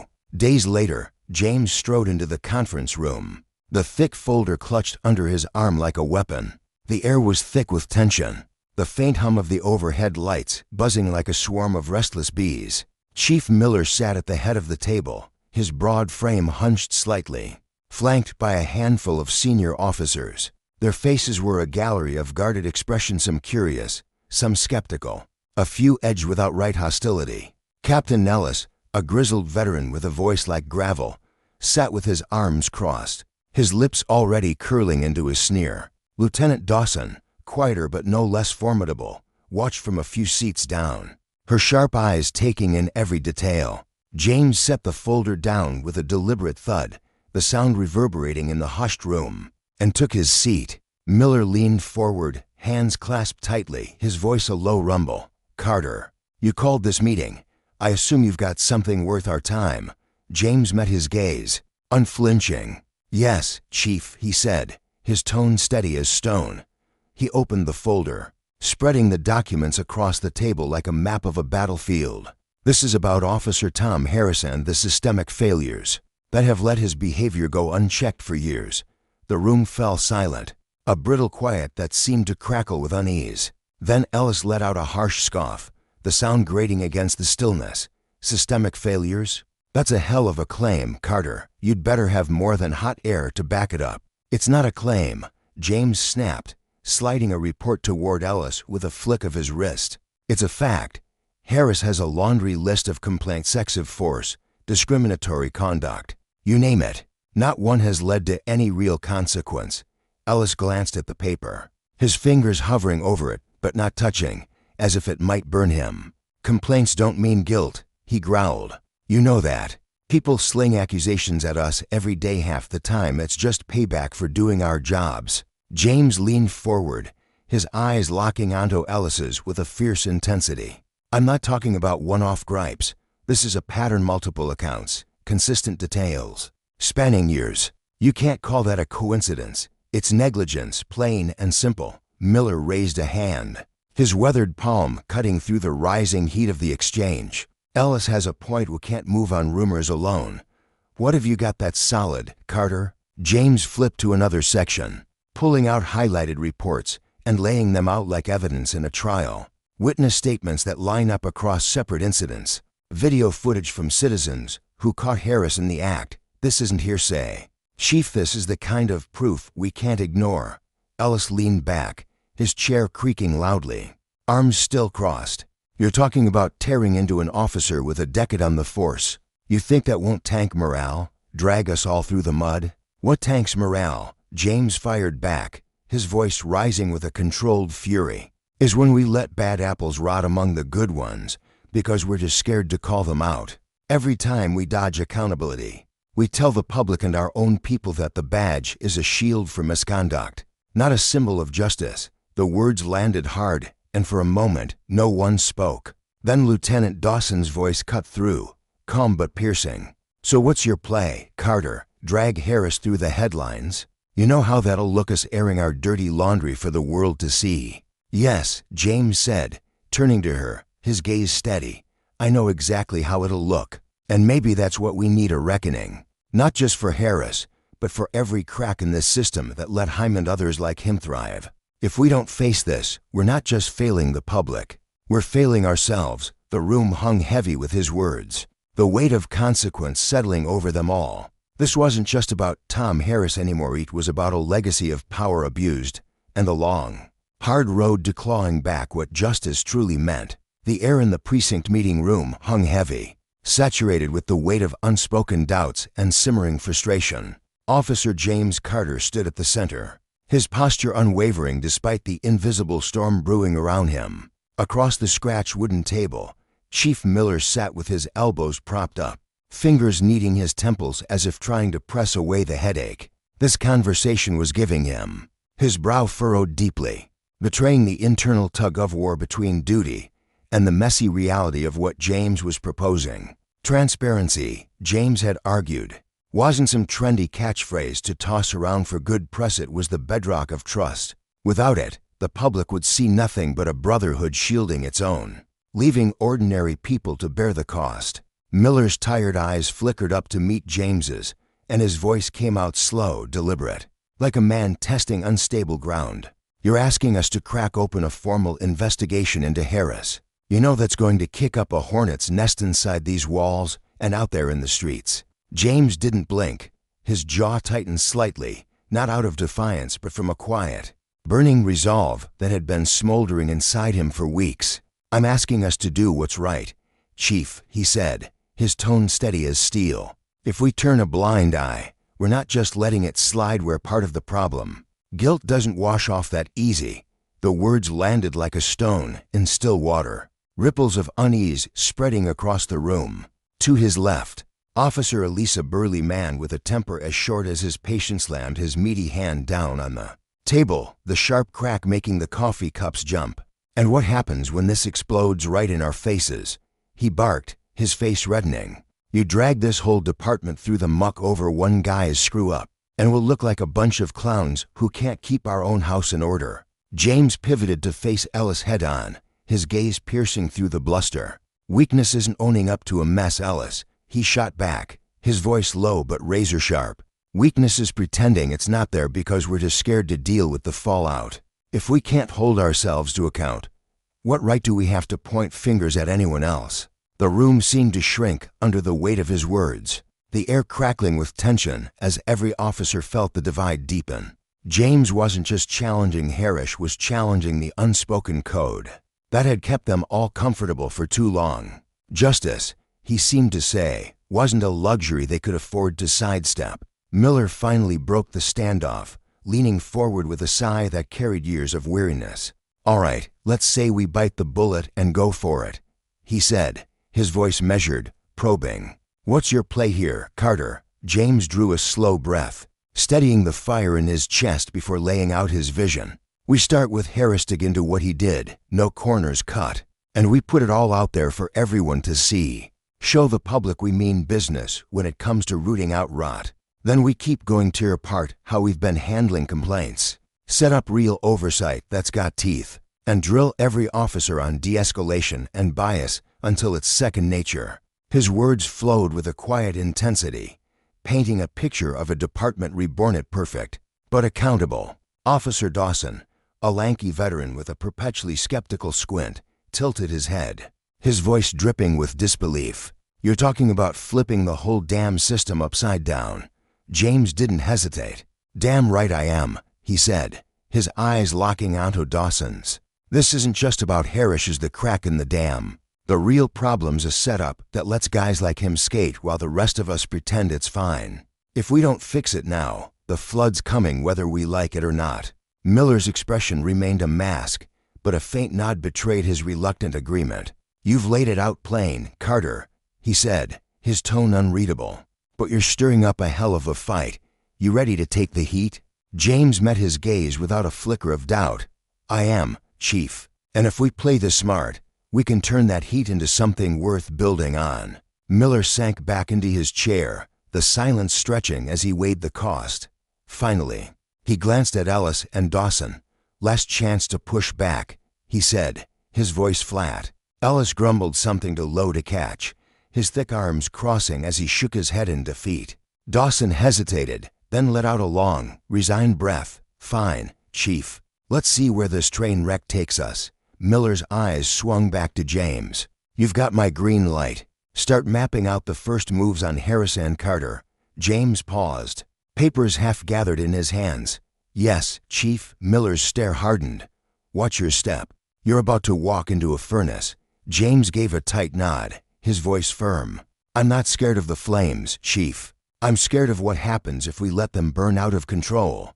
With that, He scooped up his files and strode out, the weight of his mission settling deeper into his bones. The community hall buzzed with restless energy, its chipped walls and flickering fluorescent lights casting stark shadows over the packed crowd. Every chair was filled, the metal frames creaking under the weight of people who'd come with hearts full of anger and fragile hope. Others lined the edges, leaning against the plaster with arms folded tight, their faces etched with exhaustion and defiance. James Carter stood at the front, his broad shoulders squared against the sea of eyes boring into him. He could feel the mistrust radiating off them like heat from a stove. Years of broken promises and buried grievances had left this room a powder keg, and he was the match. Raising a hand to hush the low rumble of voices, he spoke, his tone calm but threaded with urgency. "Thank you for being here tonight. This is your space, your chance to tell me what's gone wrong, what's hurt you, and what you need to see change. I'm listening, and I swear to you, every word you say will hit paper and spark action." A woman rose first, her silver-streaked hair pulled back in a tight bun, her hands trembling as they gripped a framed photo like it was the only thing anchoring her to the earth. Margaret's eyes shimmered with tears she refused to let fall, and when she spoke, her voice quivered with a grief so raw it silenced the room. "My name's Margaret." As she lifted the picture, her knuckles whitening, "This is my Michael, 22 years old, gone because of a traffic stop that should have ended with a ticket." The crowd stilled, every breath held as her son's smiling face stared out from the frame, frozen in a moment of joy she'd never see again.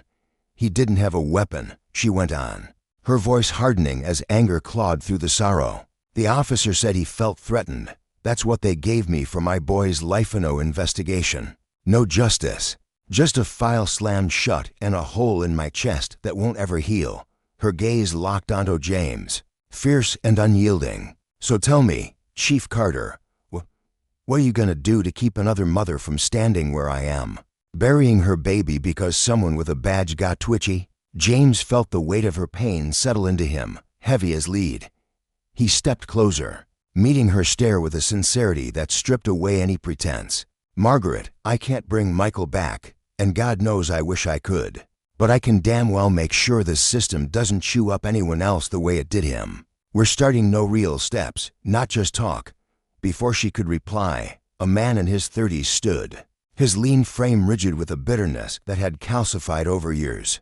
"Name's Darnell," he said, his voice clipped and cold. "2 years back, I got hauled in for nothing, 6 months locked up, waiting for charges to drop because some cop lied through his teeth on the report." A murmur of outrage rippled through the crowd, heads nodding as shared wounds reopened. "Lost my job, my place, everything," Darnell continued, his eyes narrowing. "And that guy, still out there, stopping folks like me, wrecking lives. So don't expect me to clap for you just 'cause you're up there flapping your gums about change." The room bristled with agreement, skepticism hanging thick as fog. James didn't flinch. He took a step forward, his voice steady but alive with conviction. "Darnell, you've got every reason to doubt me. It'd be a fool to ask you to trust blind. But I'm not here for applause. I'm here to prove we can gut this thing and build it back right. No one should have the power to torch your life and walk away clean. That's what I'm swinging at." Near the back, a younger woman stood, her hands shaking as she clutched the edge of her sweater. "I just want to feel safe," she whispered, her voice breaking like thin glass. "When I see a cop car, my stomach knots up. That's not how it's supposed to be." The silence that followed was suffocating, her quiet plea slicing deeper than any shout. James swallowed hard, each story carving into him like a blade. These weren't outliers, they were the bleeding edge of a system that had turned its back on the people it swore to protect. After a beat, he faced the room, his voice rising with a fire born of their pain. "I can't wipe away what you've been through, but I can damn well make sure it's not in vain. Your words tonight are the fuel we need to tear this down and demand better. This isn't the end, it's the starting line." A middle-aged man near the front shot up his hand, his voice thick with frustration. "Fuel, how many more Michaels, how many more Darnells, before you've got enough? How many lives get trashed before the start means something?" James didn't waver. "Not one more," he said, his tone ironclad. "We're here tonight because the clock's already ticking. It won't flip overnight, but it's moving and I need you pushing with me to keep it that way." The man sank back, silent but watching. As the room softened ever so slightly, a spark of possibility flickering through the haze of rage, James opened the floor wider, pen scratching furiously as the stories poured out. A father's voice cracked as he described being frisked in front of his wide-eyed kids for no reason, the shame burning hotter than the anger. A teenager hunched his shoulders, recounting how he'd been yanked from his beat-up sedan and humiliated over nothing but the car's make. A shop owner, her apron still dusted with flour, spoke of officers harassing her customers, her complaints vanishing into a void while fear of payback kept her awake at night. By the time the last voice faded, James's notebook was a testament to a community on its knees but not broken. He stood again, the weight of their trust pressing against his ribs. "What you've given me tonight isn't just hurt, it's proof. Proof of a machine that's rusted through, but one we can fix if we fight together. This doesn't stop here, it ignites here." Margaret rose once more, her voice softer now, tentative. "Do you really think it can change?" James met her eyes, unflinching. "Yes, Margaret, but only if we claw for it side by side." A hesitant clap broke the silence, then another, swelling into a wave that shook the walls. For the first time in too long, the room felt alive with something beyond despair. James left the hall, the echoes of their voices trailing him, a reminder that this road would twist and bruise a bit without their fire. Justice would stay a ghost. Back at the precinct, the atmosphere crackled with a different kind of tension. James moved through the halls, his steady stride cutting through the stifling air. Conversations died mid-sentence as he passed knots of officers, their eyes tracking him with a mix of curiosity and thinly veiled resentment. Whispers slithered behind him, too soft to confront, but loud enough to prickle his skin, a chorus of discontent from those who saw his crusade as betrayal. By the time he reached his office, Rachel Parker was already there, her sharp features set in a guarded mask. She held a tablet, its screen glowing with a headline that promised trouble. "You seen this?" she asked, her voice low, laced with a warning she didn't need to spell out. James glanced at the words, his stomach tightening, but his face stayed stone. The firestorm Miller had warned him about was here, and it was only the beginning. James Carter stood in the dimly lit office, his fingers brushing against the cool edge of the tablet as he handed it to Rachel. His eyes flicked to the glaring headline splashed across the screen. "Internal Affairs Chief Carter under fire. Sources question his motives and credibility." A knot tightened in his stomach, and his jaw clenched involuntarily as he scanned the words that followed. The article was a storm of accusations, sinewy voices whispering that he was unfairly targeting officers, that his relentless push for reform was eroding morale, that he was chasing political clout rather than justice. Some even dared to suggest his actions were unraveling the very fabric of the department's ability to keep order. The weight of it pressed against his chest, but he refused to let it show. Rachel's voice cut through the haze, sharp with exasperation, as she leaned against the desk, arms crossed tightly. "It's a smear campaign, James, plain and simple. They're trying to tear you down before you can build any more momentum." Her dark eyes burned with a mix of anger and loyalty. Her brow furrowed as she watched him set the tablet down with deliberate calm. She was his anchor in this storm, a fierce ally who saw through the lies.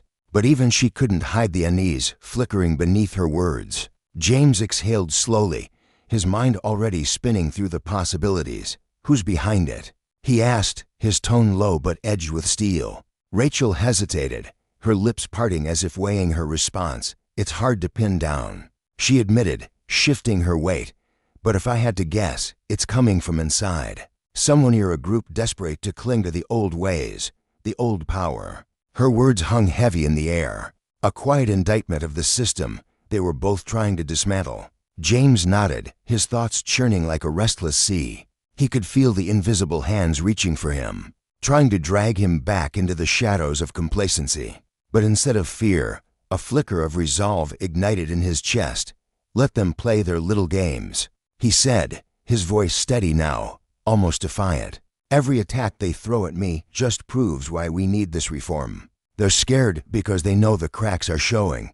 His gaze drifted to the window, where the faint hum of the precinct buzzed beyond the glass, a world teetering between chaos and change. Later that day, the tension followed him like a shadow as he called a meeting with the senior staff. The conference room was a battlefield of unspoken loyalties, the air thick with anticipation as officers shuffled in. Some wore blank masks, their eyes guarded and unreadable, while others didn't bother hiding their disdain. Captain Ellis stood out among them, his broad frame slouched into a chair, arms crossed tightly over his chest. A faint smirk played on his lips, a silent challenge that James could feel from across the room. Standing at the head of the table, James squared his shoulders, his presence commanding despite the hostility simmering around him. "Let's cut to the chase," he began, his voice firm, slicing through the murmurs. "I'm sure you've all seen the articles floating around. Let me make one thing crystal clear.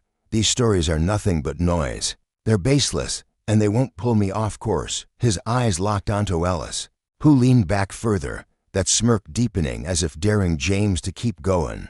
"You can't blame people for being upset, Carter," Ellis drawled, his tone dripping with condescension. "You've turned every officer in this department into a target with your crusade." The words were a jab, meant to provoke, and James felt the sting, but he didn't flinch. Instead, he met Ellis's gaze head-on, his own eyes narrowing with quiet intensity. "I haven't targeted anyone who didn't bring it on themselves," he shot back, his voice steady but laced with an edge. "This isn't about painting targets, it's about accountability. If some officers feel threatened, maybe they should take a hard look at why. Maybe they should ask themselves what they've done to earn that fear." Ellis bristled, his smirk faltering for a split second before he leaned forward, ready to fire back. "That's easy for you to say," he snapped, his voice rising. "You're not the one out there every day, wading through the mess of this job. You don't know what it's like to face the streets, the real world." The accusation hung in the air, sharp and biting, but James didn't let it land unchallenged. His tone sharpened, cutting through the room like a blade. "And does that real world justify breaking the rules? Does it excuse harassing people? Or using force when it's not needed? Because that's the reality the community's been choking on for years. Far too long for us to keep pretending it's okay." Ellis opened his mouth, his face reddening, but James pressed on, his voice rising with unshakable conviction. "This department has a choice to make. We can step up and be part of the solution, or we can stay stuck as part of the problem. The people out there, they are watching us. They're tired of excuses, and so am I." The room fell into a heavy silence, the weight of his words settling over every officer like a storm cloud. No one dared break it, not even Ellis, whose jaw tightened as he sank back into his seat, his defiance muted but not extinguished. The tension didn't fade after the meeting.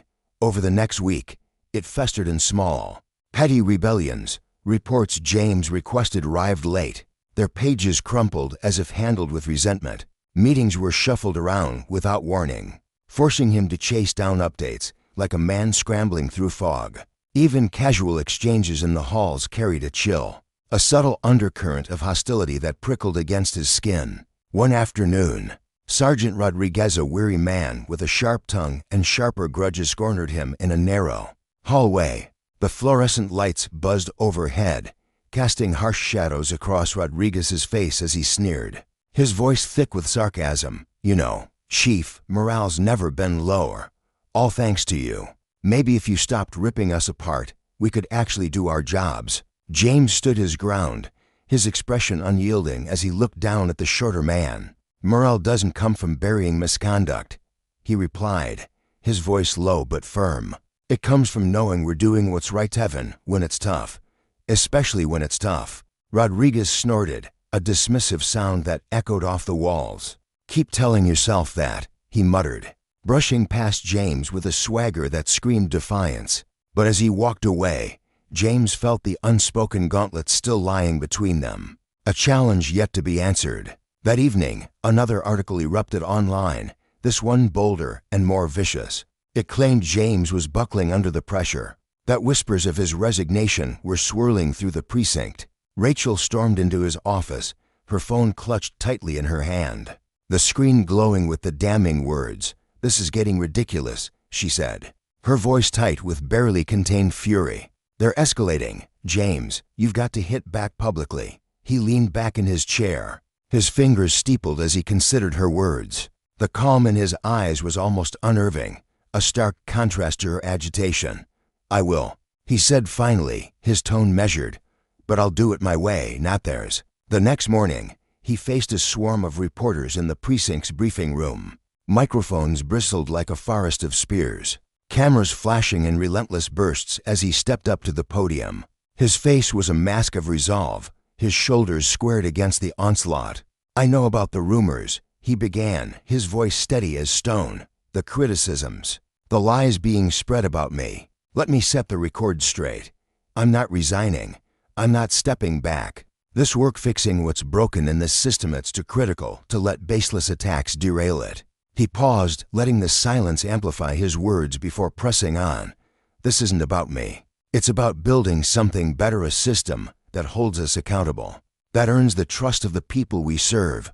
That's what I'm here for, and I'm staying until it's done." The room exploded with shouted questions, but James turned away, his message delivered. He wasn't there to play their game or feed their frenzy. Back at the precinct, the air remained thick with unease, but cracks of change began to show.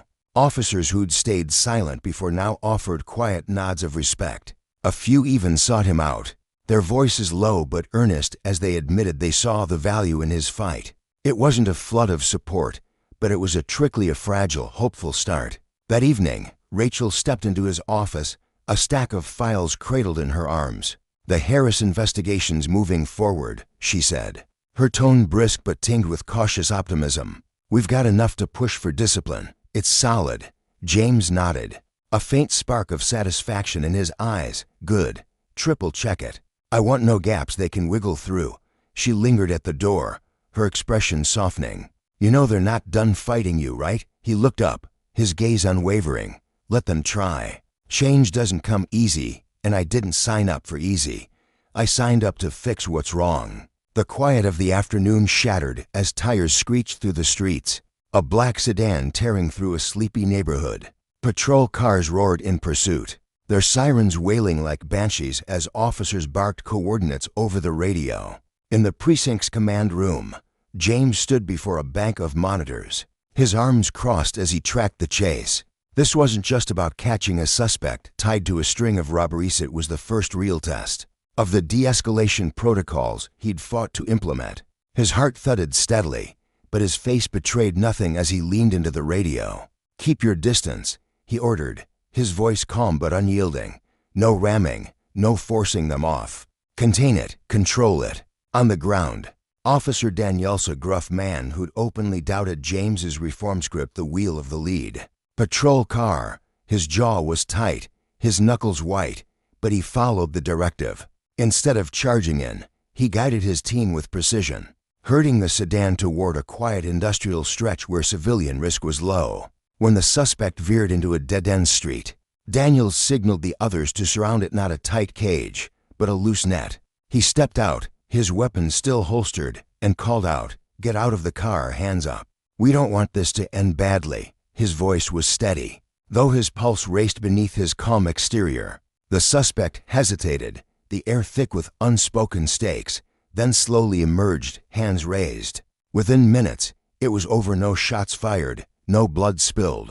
Back at the precinct, James let out a long breath as the radio chatter faded, the knot in his chest loosening. It wasn't just a victory. It was evidence, a tangible proof that his vision could work.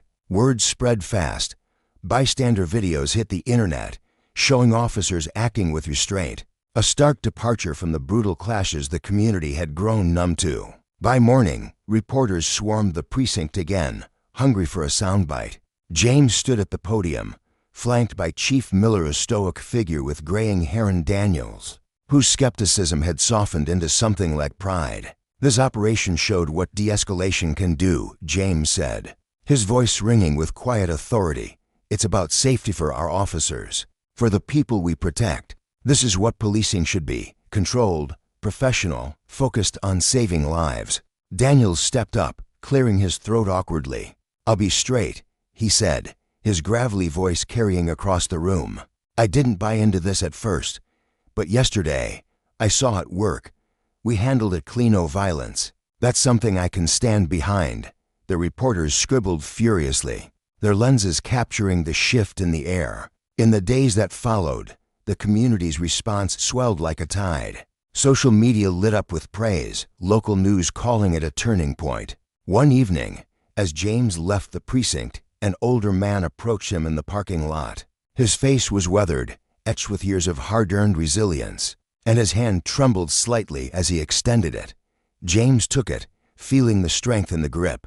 "Chief Carter," the man said, his voice rough with emotion. "I just wanted to say thank you." His eyes glistened, holding a story James didn't need to hear to understand, a story of pain, of distrust, of a fragile hope rekindled. In that moment, James felt the weight of every battle he'd fought, every arrow slung his way. Justice wasn't a gift handed down, it was a fire forged through resistance.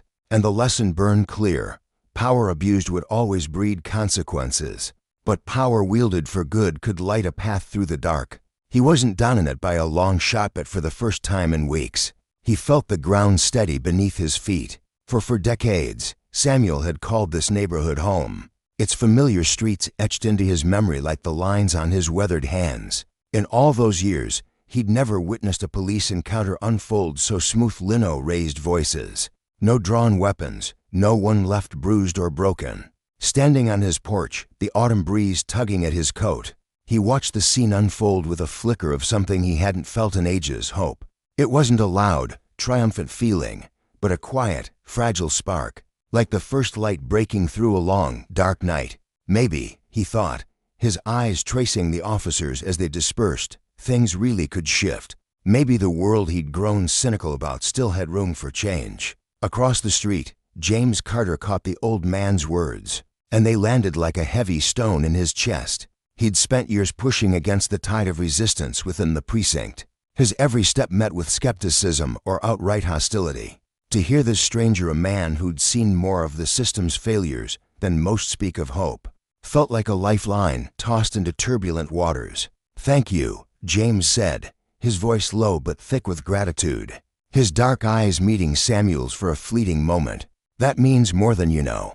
As Samuel shuffled back into his house, his steps slow but steady, James lingered on the sidewalk, the cool air brushing against his face. He turned the moment over in his mind, dissecting it like evidence from a case.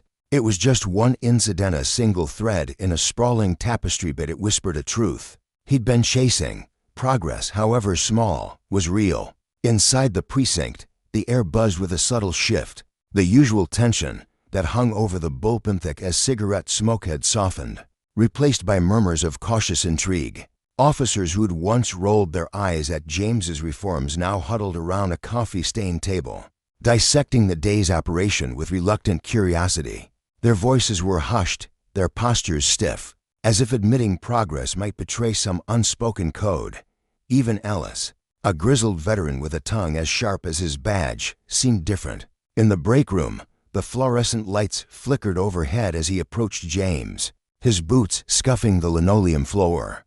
"Good work today," he muttered, his gruff tone softened by something unreadable. His eyes darted to the side, avoiding James's gaze, as though the compliment cost him more than he'd admit. James offered a faint smile, the corners of his mouth barely lifting. "It wasn't just me," he said, his voice steady but warm. "It was all of you." Ellis gave a curt nod, his usual swagger dimmed, his broad shoulders slumping slightly. "Maybe these changes aren't as bad as I thought," he admitted, the words slipping out like a confession he hadn't meant to voice. The exchange was brief, a mere ripple in the day, but it carried weight, a crack in the wall of resistance James had been chipping at for months. Back in his office, he shut the door with a soft click, the noise swallowed by the hum of the precinct beyond. He sank into his chair, the leather creaking under his weight, and pulled out a worn notebook from the desk drawer. Its pages were filled with scribbled dates, notes, and Taliesche's quiet record of a battle no one else could see. One successful operation wouldn't unravel the department's deep-seated flaws, but it was a foothold. He picked up his pen, its ink smudged from overuse, and wrote with deliberate strokes, "De-escalation works. Trust can be rebuilt." The words stared back at him, simple yet profound, a promise to himself and the people he served. Later that evening, the community center thrummed with life. Its largest auditorium, a cavernous space with peeling paint and rows of mismatched chairs, brimmed with an unlikely mixed residents in faded jackets, officers in crisp uniforms, city officials in polished suits, and reporters clutching notebooks, their pens poised like weapons. The air crackled with anticipation, curiosity warring with doubt, as James Carter took the stage. He stood behind the podium, a solitary figure under the harsh spotlight, his broad frame steady, his presence a quiet force that filled the room. He carried no notes, no script, just the weight of his conviction. "Tonight isn't about patting ourselves on the back for what we've done," he began, his voice deep and resonant, cutting through the murmurs. "It's about facing the work still ahead. Justice isn't a finish line we cross, it's a road we walk together. And we've only just taken our first steps." The room fell silent, every eye locked on him. James scanned the crowd, his gaze lingering on faces he recognized from earlier meetings, people who'd stood up, voices trembling, to demand something better. There was Margaret Darnell, a young woman in a worn sweater, her brow furrowed with the memory of police sirens that once haunted her sleep. Their stories pulsed in his chest, a constant reminder of why he stood there. "Trust," he continued, his tone firm yet threaded with empathy, "isn't handed over like a gift. It's earned drop by drop, day by day. For too long, this department, and others like it, have squandered that trust, leaving wounds that run deep. That stops now. But let's be real. Change doesn't sweep in like a storm. It creeps forward through grit, through holding ourselves accountable, through every single one of us choosing to show up." A voice broke through the quiet, a uniformed officer, his cap tucked under his arm, rising abruptly from the sea of faces. "Chief Carter," he called, his tone sharp but edged with genuine concern. "How do you keep us motivated when you're tightening the screws with all this accountability? Morale's already in the dirt." The question hung heavy, a challenge wrapped in frustration. James didn't flinch. "Morale doesn't come from looking the other way when someone screws up," he replied, his voice cutting through the tension like a blade. "It comes from pride in knowing your badge stands for something real, something fair. When accountability becomes the bedrock, the good officers, the ones who show up for the right reasons, will feel it. They'll know they're part of something worth believing in." The officer hesitated, then sank back into his seat, his jaw tight, but his nod slow and deliberate. Another hand shot up, this time from the front row, a young woman, her voice soft but steady. "Lean forward. What about us, community? What's our part in this?" James's lips curved into a faint, weary smile. "You're the heartbeat of it," he said. "You keep us honest. You call us out when we stumble. You talk to us even when it's the last thing you want to do. This isn't just about fixing the police, it's about stitching back together the trust between us and the people we're here to protect." The room erupted in applause, tentative at first, then swelling into a wave that echoed off the walls. James raised a hand, quieting the crowd with a gentle gesture. "Here's what's next," he said, his tone resolute. "New training, de-escalation, bias awareness, the works. Complaints won't vanish into a black hole anymore. They'll be handled out in the open, with independent eyes watching. And officers who abuse their power, they won't find a shield here. They'll face the consequences they've earned." Nods rippled through the audience, a quiet agreement shared between civilians and cops alike. But James wasn't done. His voice sharpened, slicing through the room's fleeting optimism. "None of this means a damn thing if we don't stick with it. This isn't a bandage on a broken system, it's a complete overhaul. And that takes time, sweat, and every ounce of will we've got." Near the middle of the crowd, Margaret stood, her hands clasped tight, her voice trembling but clear. "Chief Carter," she said, emotion cracking her words, "for the first time in years, I feel hope. But what do you say to the families who've already lost everything? The ones who won't see this change because it came too late?" The question pierced the air, and the room stilled, all eyes turning to James. He met her gaze, his own softening with a sorrow he didn't try to hide. "I say this," he began, his voice low but unwavering. "I can't erase what's been taken from you. I can't heal the scars you carry. But I swear this, your pain, your losses, they are the roots of this fight. They're why we're here, and they'll guide every step we take." Margaret's eyes glistened with unshed tears as she sank back into her seat, her hands trembling in her lap. James turned back to the crowd, his voice rising with quiet fire. "This is bigger than me, bigger than any one officer or leader. It's about forging a system that lifts up the weak, reins in the powerful, and sees every person as human, worthy of dignity, worthy of respect." The applause that followed roared through the auditorium, a tidal wave of sound that carried hope and resolve in equal measure. As the crowd began to thin, James stepped off the stage, his shoulders heavy, but his stride sure. Hands reached out, some offering thanks, others a cautious handshake, each exchange a thread in the fragile web he was weaving. Later, as the last stragglers drifted out and the lights dimmed, James stepped outside into the crisp Sacramento night.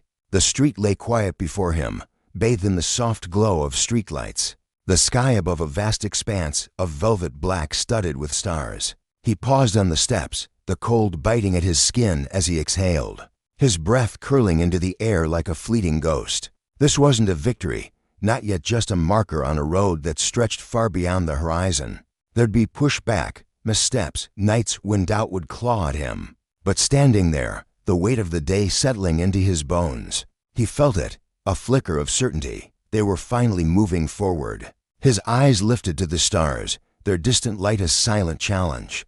The path ahead loomed large, daunting, unrelenting, but James was ready. This wasn't just about one man's fight.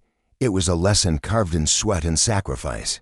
Justice wasn't a gift bestowed from on high, it was a fire stoked by persistence, a reckoning for those who'd wielded power like a club.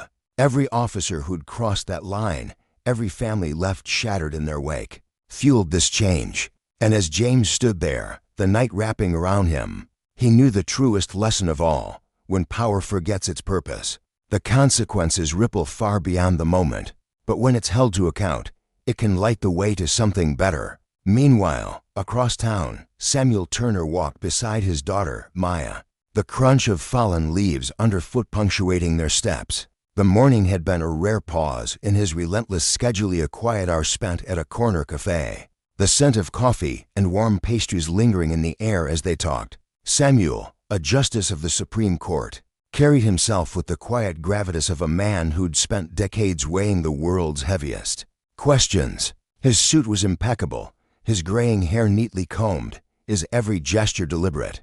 To Maya, just 16, he was both a towering figure and an enigma, his calm authority a standard she wasn't sure she could ever reach. She clutched her backpack, her mind buzzing with ideas for a school project on civil rights law, a topic she'd chosen to honor the path her father had walked.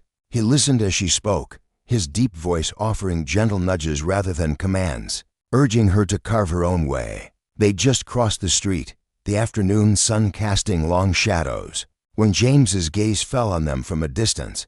He couldn't place why they snagged his attention.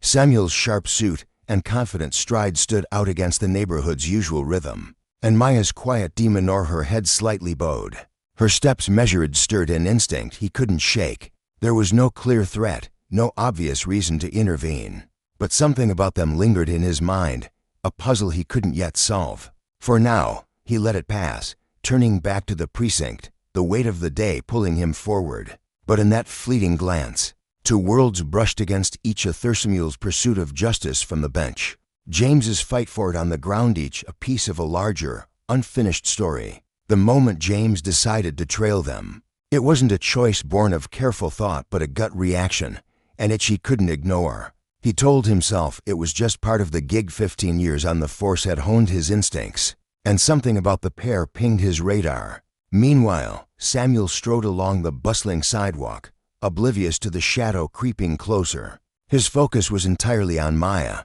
his teenage daughter, whose sharp mind soaked up every word he shared. They were deep in a discussion about the Supreme Court, the weight of legal precedent, and how past rulings shaped the present. Samuel's voice carried the steady cadence of a man who'd spent decades wrestling with justice, not just in theory but in practice. Maya nodded eagerly, her eyes bright with curiosity, hanging onto her father's every syllable as the city hummed around them. They paused at a crosswalk, the late afternoon sun casting long shadows across the cracked pavement. The crowd shuffled, waiting for the light to flick green, horns blaring faintly in the distance. That's when James emerged from behind, his boots scuffing the ground with purpose. "Excuse me," he said, his voice taut, like a wire pulled tight. Samuel turned, his broad shoulders squaring slightly, his expression open, but laced with a flicker of surprise. Maya, sensing the shift in the air, edged closer to her father, her instincts prickling. "Yes, officer," Samuel replied, his tone polite but firm, the deep timbre of his voice unshaken. James's eyes narrowed, sizing them up like they were pieces on a chessboard he already despised. "I'm going to need to see some ID," he demanded, his words slicing through the hum of the street. Samuel blinked, caught off guard for a split second, the request landing like a pebble in still water. "ID, is there a problem?" he asked, his brow furrowing as he glanced at Maya, then back at James. The officer's jaw tightened, his stance rigid. "There've been reports of suspicious activity around here," he snapped, his tone sharp enough to cut glass. "You'd have fit the description." Samuel's eyebrows arched, a quiet disbelief settling over him. He exchanged a look with Maya, her wide eyes mirroring his confusion before turning back to James. "Suspicious activity," he echoed, his voice calm but tinged with incredulity. "We were just grabbing coffee. I'm not sure how we could fit any description." The words hung there, reasonable, measured. But to James, they might as well have been a taunt. "I'm not asking for excuses," James shot back, his patience fraying like an old rope. "I'm asking for your ID. Both of you." Maya's hands trembled as she fumbled through her backpack, her fingers clumsy with nerves as she fished out her student ID. The plastic card shook slightly as she held it out, her breath shallow. Samuel, though, didn't budge. A cold resolve settled over his face, his dark eyes locking onto James with an unshakable steadiness. "Officer, I understand you have a job to do," he said, his voice low and deliberate. "But we've done nothing wrong. We're just walking home." James's irritation flared, his lips pressing into a thin line. "You're refusing to comply," he barked, his hand twitching toward his belt. "I'm not refusing anything," Samuel countered evenly, his words a careful balance of defiance and restraint. "I'm simply asking why you feel the need to stop us." To James, that calm questioning felt like a slap, a challenge to his authority, a dent in the armor he'd built over years of patrolling these streets. Who was this man to question him? He didn't owe anyone an explanation. "Step to the side," James ordered, his voice dropping to a growl, his hand now hovering near the handcuffs clipped to his belt. Maya's head snapped up, panic flashing in her eyes like a storm breaking. "Dad, it's all right," she whispered, her voice quivering, but Samuel's posture stiffened, tension coiling in his frame. "Officer, I think there's been a misunderstanding," he said, stepping forward slightly to shield Maya from James's glare, his tone still soft but edged with strain. "The only misunderstanding here," James spat, his patience shattering, "is you thinking you can talk your way out of this. Step to the side." Now, Samuel's jaw clenched, a muscle ticking beneath his skin, but he complied, shifting aside while keeping a protective hand on Maya's shoulder. "We've done nothing wrong," he said, his voice a low rumble, unyielding. "You have no reason to detain us." But James wasn't listening, his mind was already made up, his worldview narrowing to the scene in front of him. "Turn around," he barked, yanking the cuffs from his belt with a metallic clink. "Hands behind your back." Maya gasped, a sharp, involuntary sound escaping her lips. "What? No, you can't," she stammered. But Samuel cut her off, his voice quick but still measured. "Maya, it's okay," he said, though the strain in his tone betrayed him. He turned slowly, raising his hands, his broad frame a wall between his daughter and the officer. "We'll deal with this. Just stay calm." But calm was the last thing Maya felt. Her heart slammed against her ribs, her stomach twisting into knots as she watched the cold steel cuffs snap around her father's wrists. Samuel, her rock, the man who'd taught her the meaning of fairness, who'd spent his life arguing for justice in courtrooms, was now hunched slightly, hands bound, his dignity stripped away in broad daylight. Fear churned in her gut, but it was the rage bubbling beneath it that made her tremble. "Dad, you can't just let him," she started, stepping forward, but James whirled on her, his finger jabbing the air. "Stay where you are," he shouted, his voice booming over the street noise. Maya froze, her breath catching, her wide eyes locked on the officer's furious glare. Hands behind your back, James growled, advancing on her now. You too. No, Maya cried, stumbling back, her voice cracking with desperation. This isn't right. Samuel, his hands cuffed, turned his head slightly, his calm facade cracking as humiliation seeped into his bones, not just for himself, but for Maya. This wasn't supposed to happen. It was a crisp afternoon, a simple walk home after coffee, a chance to connect with his daughter. Now they stood exposed on a busy street, strangers' eyes darting toward them, whispers rippling through the crowd. "Officer, please," Samuel said, his voice tight with a control that was slipping. "You're making a mistake." James muttered something under his breath. "The only mistake is thinking you're above the law," and grabbed Maya's arm, wrenching it behind her. The cuffs clicked shut, biting into her wrists, and tears sprang to her eyes, hot and stinging. "Dad, what's happening?" she whispered, her voice trembling as she looked at him, searching for answers in his stoic face. "Why are they doing this?" Samuel met her gaze, and for a moment, his heart shattered. He had no words, no way to explain the raw cruelty of this moment, the injustice that had ambushed them. He'd spent his life believing in the system, in rules, in the slow march toward fairness. Now, that same system was crushing them beneath its heel, all because of the skin they were born in. The patrol car's back door swung open, and James shoved them inside, the cold leather seats swallowing them as the door slammed shut. The cuffs dug into Maya's wrists, the metal icy against her skin, and her mind spun a whirlwind of confusion, anger, and a dawning sense of betrayal. Samuel sat beside her, silent, his face a mask of hard lines and unreadable shadows. She could see the tension in his clenched fists, the way his shoulders hunched slightly under the weight of it all. The city blurred past the window, people walking, cars honking, life moving on as if nothing had changed. But inside the car, time stretched into an agonizing crawl. Maya's pulse thundered in her ears, her stomach a tight coil of dread. She'd never imagined this, not for them, not for her father, a man who'd dedicated his life to upholding justice, only to be shackled by it now. She stole a glance at him, desperate to decipher the storm behind his eyes. "Dad, what do we do now?" she whispered, her voice barely audible over the engine's hum. Samuel turned to her, his dark gaze heavy with frustration and a deeper, more piercing pain. "We stay calm," he said softly, his words deliberate, though they carried an edge he couldn't hide. "We're going to be fine. Just trust me." Maya wanted to cling to that promise, to let his certainty anchor her, but the fear gnawing at her chest wouldn't relent. "But this isn't fair," she said, her voice cracking. "They can't do this." Samuel's eyes flickered, a shadow passing over them. "I know," he replied, his gaze shifting to the front of the car, his tone steady but laced with something raw. "But fighting back now won't help us. We'll handle this the right way." The right way, those words were his creed, the foundation of his life. He'd always taught her that change came through patience, through the system, through reason. But now, as they sat cuffed and powerless, that belief felt like a fragile thread stretched to its breaking point.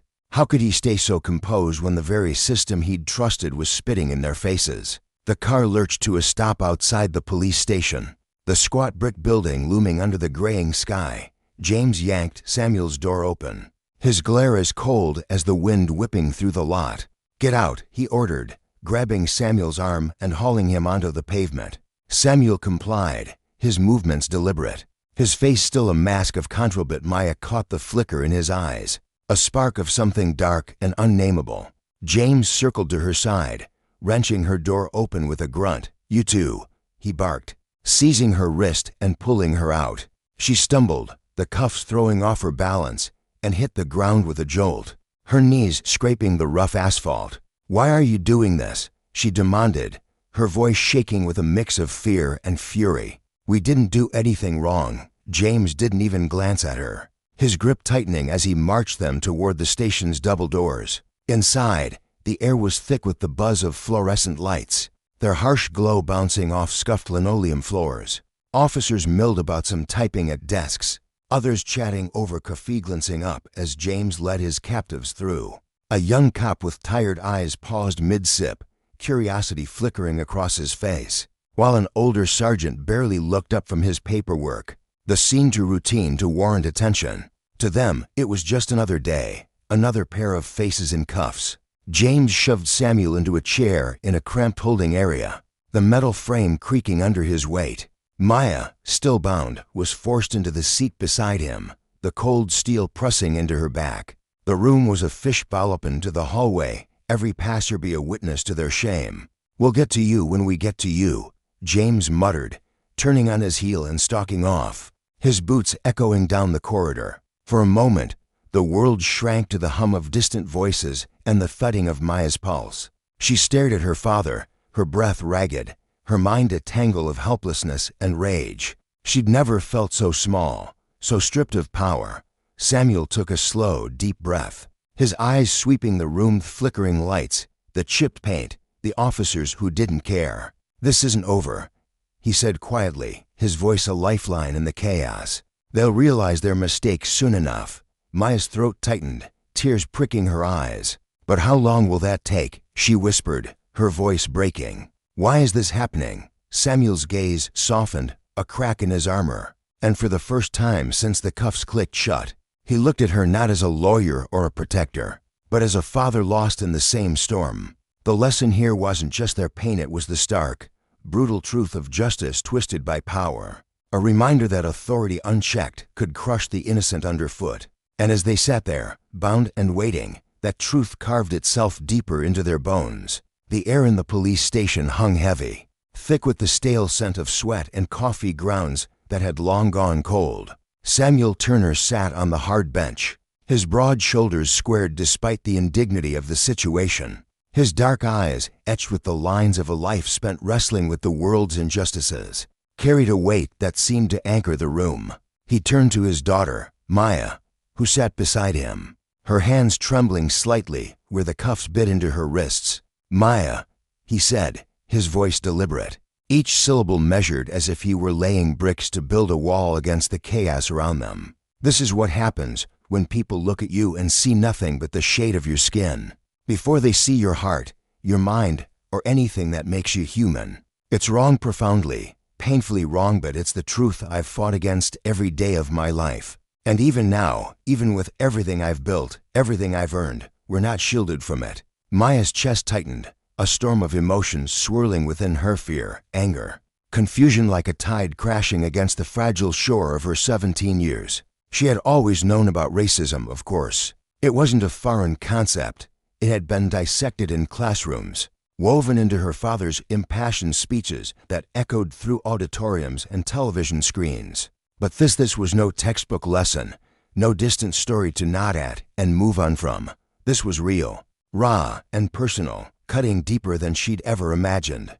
Her voice trembled as she looked up at him, her brown eyes wide with a vulnerability she couldn't hide. "Dad, what if they don't let us go? What if this doesn't end?" The words spilled out, fragile and jagged, betraying the panic clawing at her insides. Samuel's jaw tightened, but his tone grew resolute, a steady beacon cutting through her fear. "They will, Maya. I'm going to make a call, and they'll have no choice but to release us. But understand this, it doesn't mean the fight stops here." He turned his head toward the front desk, his gaze locking onto a young officer passing by, a man whose face still held a trace of uncertainty, not yet carved into the hard lines of cynicism like some of his colleagues. "I'd like to make my phone call now," Samuel said, his voice polite, but laced with an edge sharp enough to slice through the room's tension. The officer hesitated, his fingers twitching nervously at his side, then nodded. "All right. Follow me," he muttered, fumbling with the keys to unlock Samuel's cuffs. Maya's wrists remained bound, the cold metal an unrelenting reminder of their reality.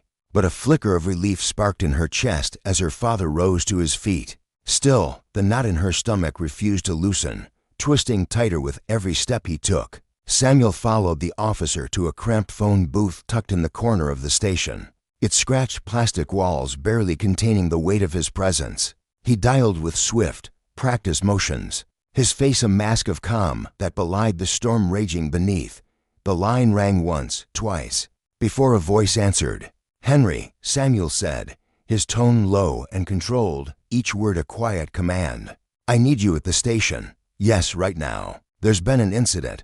On the bench, Maya watched him, her heart hammering against her ribs. His composure only deepened her unease. How could he be so steady when the world felt like it was crumbling around them? She knew Henry Carter well, her father's closest ally, a lawyer whose name carried the weight of courtroom victories and unshakable resolve. If anyone could pull them out of this nightmare, it was him. Yet as the seconds stretched into minutes, Maya felt a fracture widening inside her, a crack in the foundation of the life she'd thought she understood. She and her father weren't supposed to be here, shackled in a holding cell like common criminals, their dignity stripped away under flickering fluorescent lights. The station buzzed with the chaotic rhythm, officers shuffling papers, voices barking orders, the faint hum of a radio crackling in the background. Maya's eyes darted to the clock on the wall, its hands crawling forward with agonizing slowness. Each tick reverberated in her chest, amplifying the ache in her wrists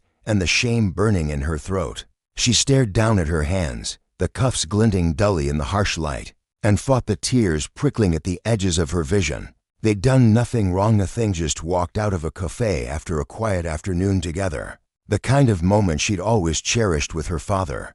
Now that memory was tainted, branded into her mind with the sting of humiliation and the bitter taste of injustice. Samuel returned to her side, his steps measured, his expression unreadable save for the faint tremor in his hand as it brushed the bench. The cuffs still encircled Maya's wrists, a silent taunt, and she couldn't hold back the question gnawing at her. "What did he say?" she whispered, her voice barely audible over the station's clamor. "He's on his way," Samuel replied, easing himself down beside her, his presence a quiet fortress. "It won't be long now," she nodded, but the weight of their predicament pressed harder, suffocating her with its unfairness. The room around them moved in a blur, officers casting fleeting, curious glances at the well-dressed man and his teenage daughter, their polished exteriors clashing with the grimness of the holding area. Most didn't linger, didn't care, just another rest, another black family caught in the system's indifferent jaws. Time dragged on, each minute a slow drip of acid on Maya's nerves. Then, Officer James strode back into the room, his boots thudding against the linoleum with a confidence that bordered on arrogance. His lips curled into a smug grin, his eyes glinting with a cruel satisfaction as he approached.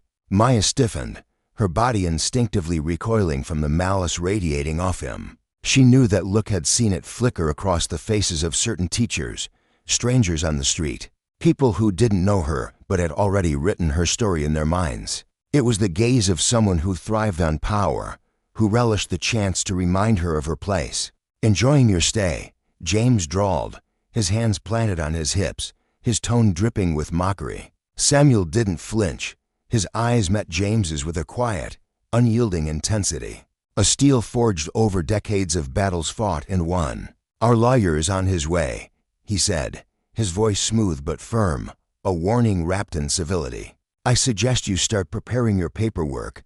James let out a dry chuckle, shaking his head as if Samuel had told a bad joke. "Oh, your lawyer, huh?" He flicked his gaze to Maya, then back to Samuel, his smirk widening. "What, you think calling in some high-priced attorney is going to change anything? You people always think you can just buy your way out of trouble, don't you?" The words landed like a slap, sharp and stinging. Maya's breath caught, anger surging hot and fierce in her chest. "You people," she opened her mouth, a retort burning on her tongue. But her father's voice sliced through the air first. "Officer James," Samuel said, his tone hardening just enough to make the room feel smaller, "I suggest you choose your words with care. You have no idea who you're dealing with."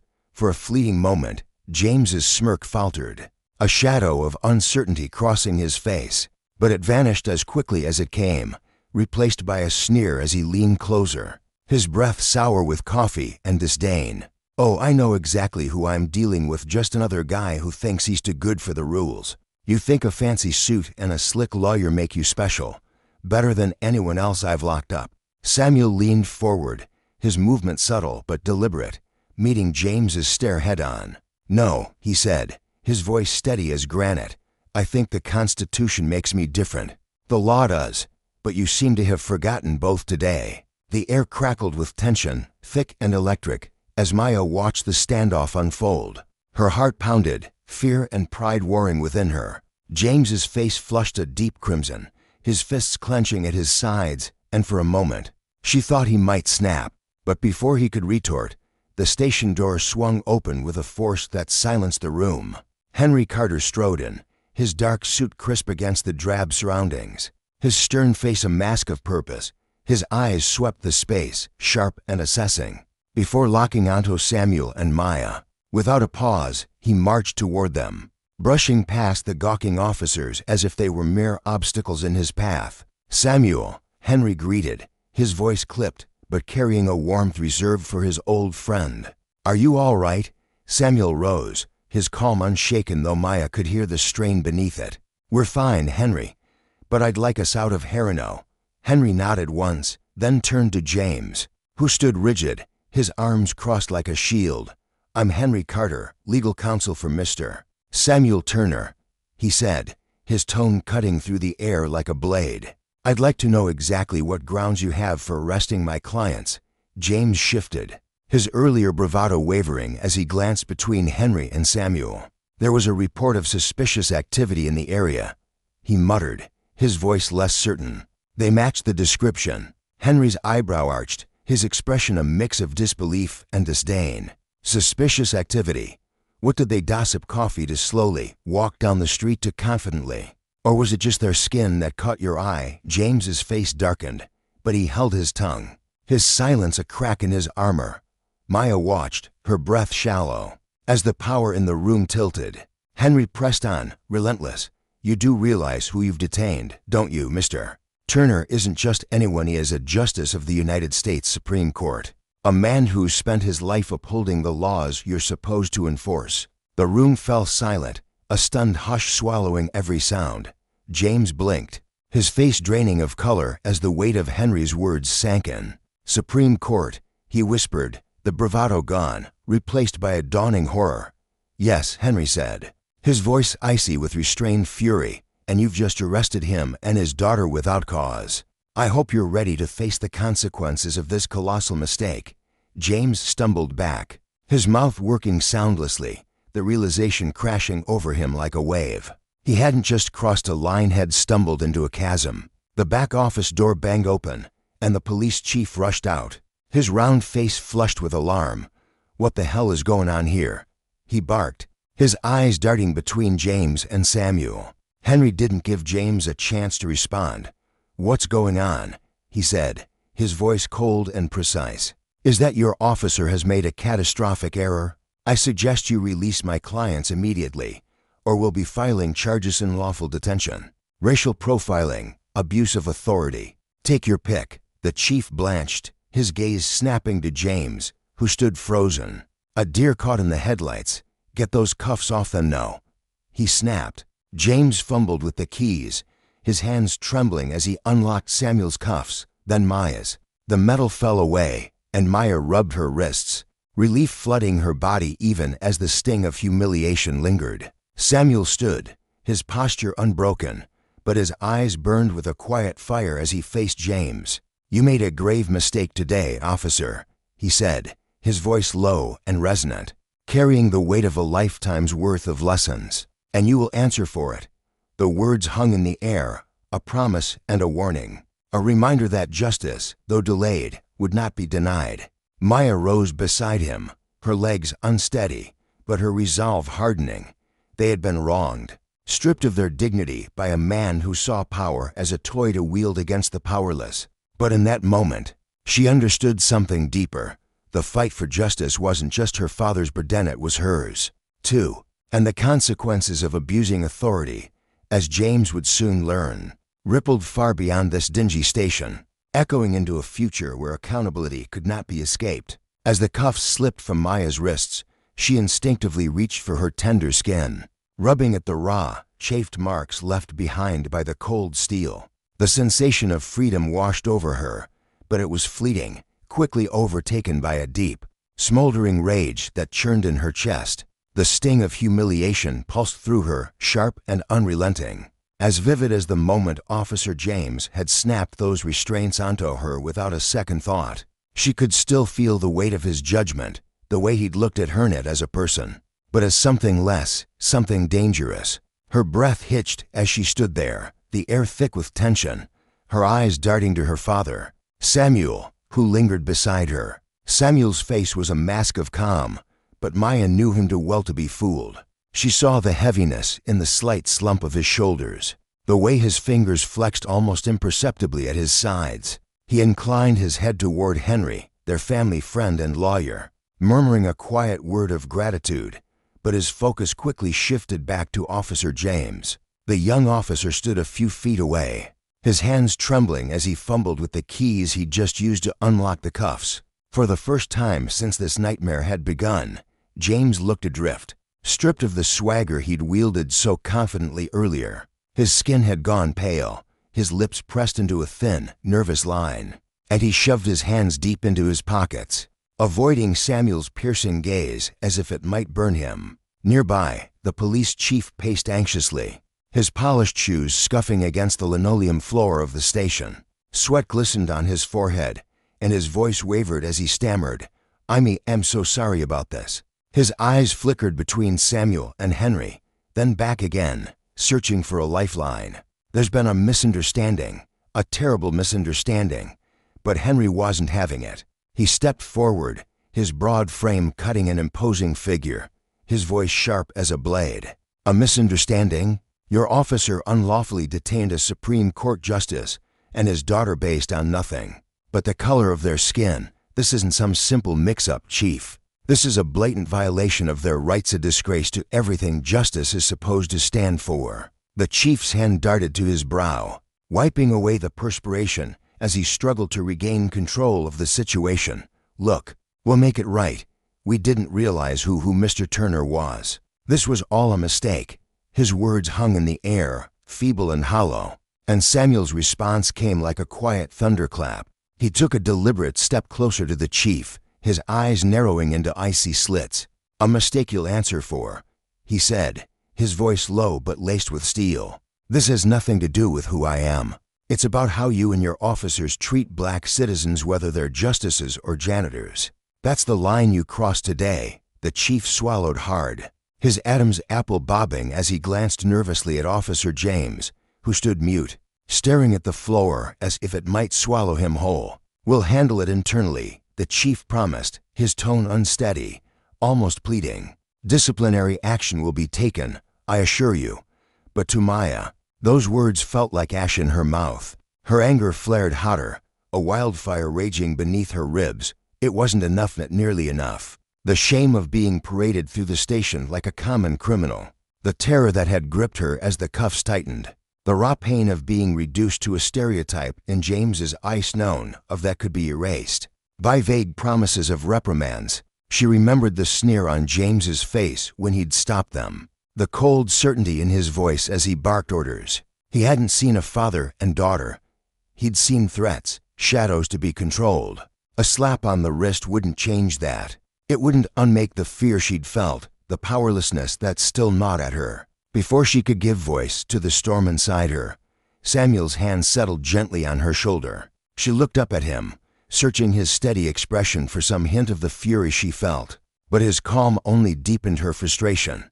"Let's go," he said softly, his gaze still locked on the chief. "We've spent enough time here." The chief nodded eagerly, desperate to diffuse the tension. Of course, we'll follow up with your lawyer, Mr. Turner." Henry shot the chief one last withering glare before ushering Samuel and Maya toward the exit, his presence a silent shield against the chaos they were leaving behind. As they moved through the station, Maya's legs felt heavy, her body numb. Officers lingered in the corners, their eyes darting toward the trio, with their lips sealed shut. They'd seen it all, the confrontation, the unraveling of their colleagues' authority, and yet they offered nothing, no apologies, no acknowledgement. The air was thick with their silence, and it pressed against Maya's chest like a weight. Her hands still prickled where the cuffs had bitten into her skin, a phantom ache that mirrored the questions swirling in her mind. How could this happen? Why did it have to be them? What did it mean to live in a world where this was possible? Stepping into the cool embrace of the evening air, Maya felt the dam inside her break. She stopped abruptly, her voice trembling as she turned to her father. "That's it. We just leave." Samuel paused, looking down at her, and for a moment, His composure softened, a flicker of tenderness breaking through. "For now, yes," he replied, his tone gentle but firm. Maya's fists clenched at her sides, her nails digging into her palms. "How can you stay so calm, Dad? How can you just walk away after what they did to us?"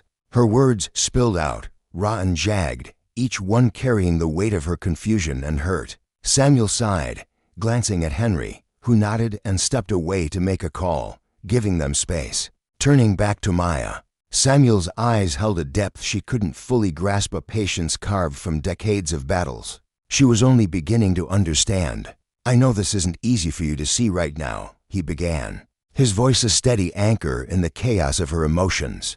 "But sometimes, the first step in fighting back is knowing when to step away." Maya shook her head, her frustration boiling over like a pot left too long on the flame. "But you didn't fight back. You let them treat us like criminals, like we were nothing. You just let it happen." His jaw tightened, and for a fleeting moment, the mask slipped. She saw it then, the storm he kept locked away, the flicker of pain and anger he'd buried beneath his calm exterior. "You think I wanted to let this happen?" he asked, his voice dropping to a near whisper, heavy with emotion he rarely let surface. "Do you think I haven't spent my entire life fighting this same injustice over and over again? In courtrooms, in streets, in every corner of this world. What happened today wasn't about me, Maya. It was about something bigger, something we're both caught in." Maya blinked, her anger faltering as confusion crept in. "What do you mean?" she pressed, her voice softer now, searching for clarity. Samuel drew a deep breath, his gaze drifting to the bustling city streets beyond the station. People moved through the evening light, oblivious to the seismic shift that had just rocked his daughter's world. Today wasn't just about one bad cop making a mistake, he explained, his words deliberate, each one sinking into her like stones into still water. This is about a system, a broken, rotting system that looks at people like us, black people, and sees threats no matter who we are or what we've done.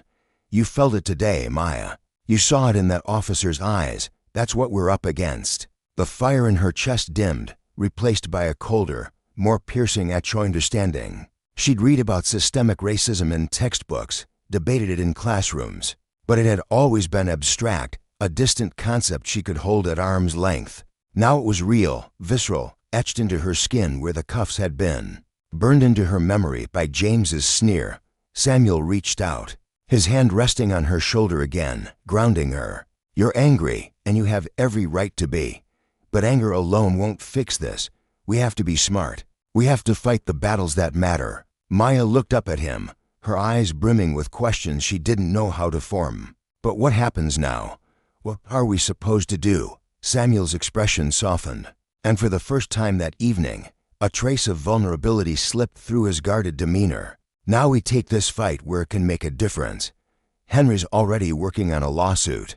We'll use this to shine a light on the cracks in the system, to make sure it's not buried. We won't let this go, Maya.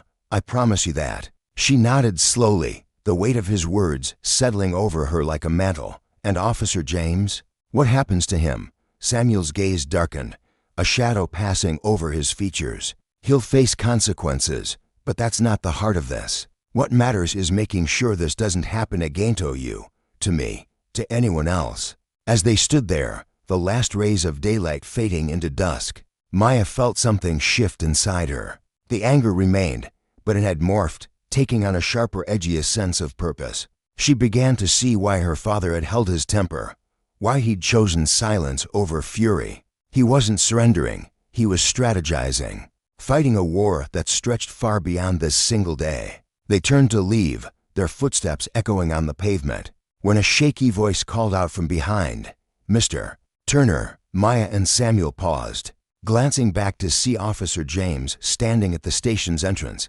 His face was flushed, his wide eyes darting nervously between them. He looked like a man teetering on the edge of collapse, desperation radiating from him, mingled with something else, a fear, perhaps, or shame. Didn't know," he stammered, his voice cracking like thin ice. "I didn't know who you were. I didn't mean to." Samuel regarded him in silence, his expression unreadable. Letting the officer's words hang in the air, James shifted uncomfortably, his hands twisting together as he waited for a response. Finally, Samuel spoke, his voice calm but cutting. "That's the problem. You didn't care who I was." Without another word, he turned away, Maya falling into step beside him, leaving James rooted to the spot, a solitary figure dwarfed by the weight of his own actions. Days bled into one another, but the memory of that afternoon clung to Maya like a second skin. She couldn't shake the bite of the handcuffs, the curl of James's lip, the suffocating helplessness as her father stood unflinching beside her. At school, her mind wandered, lessons blurring into background noise as she replayed the scene in her head. At home, sleep eluded her, the darkness offering no reprieve from the questions that gnawed at her. Something fundamental had cracked inside here, a piece of her innocence, perhaps, shattered by the harsh truth of the world she inhabited. Samuel, meanwhile, carried on with his usual composure, though Maya could sense the toll it had taken. Late at night, she'd hear his voice drifting from his study, low and determined as he spoke with Henry or representatives from civil rights organizations. The media had seized the story. His name splashed across headlines, igniting debates about racial profiling and police overreach. Yet Samuel seemed indifferent to the spotlight, his attention fixed on the larger fight in dismantling the machinery that had ensnared them. For Maya, though, the wound was fresher, more personal, a bruise that throbbed with every breath. One evening, as they sat at the dinner table, the silence between them grew oppressive. Samuel absently pushed his food around his plate, his thoughts miles away, while Maya stared at hers, appetite lost to the turmoil inside her. Finally, she couldn't hold it in any longer. "Dad," she said, her voice cutting through the quiet like a blade, "how do we just sit here like nothing happened?" The stillness of the room hung heavy, broken only by Maya's soft voice as she murmured, "What happens if we win the lawsuit?"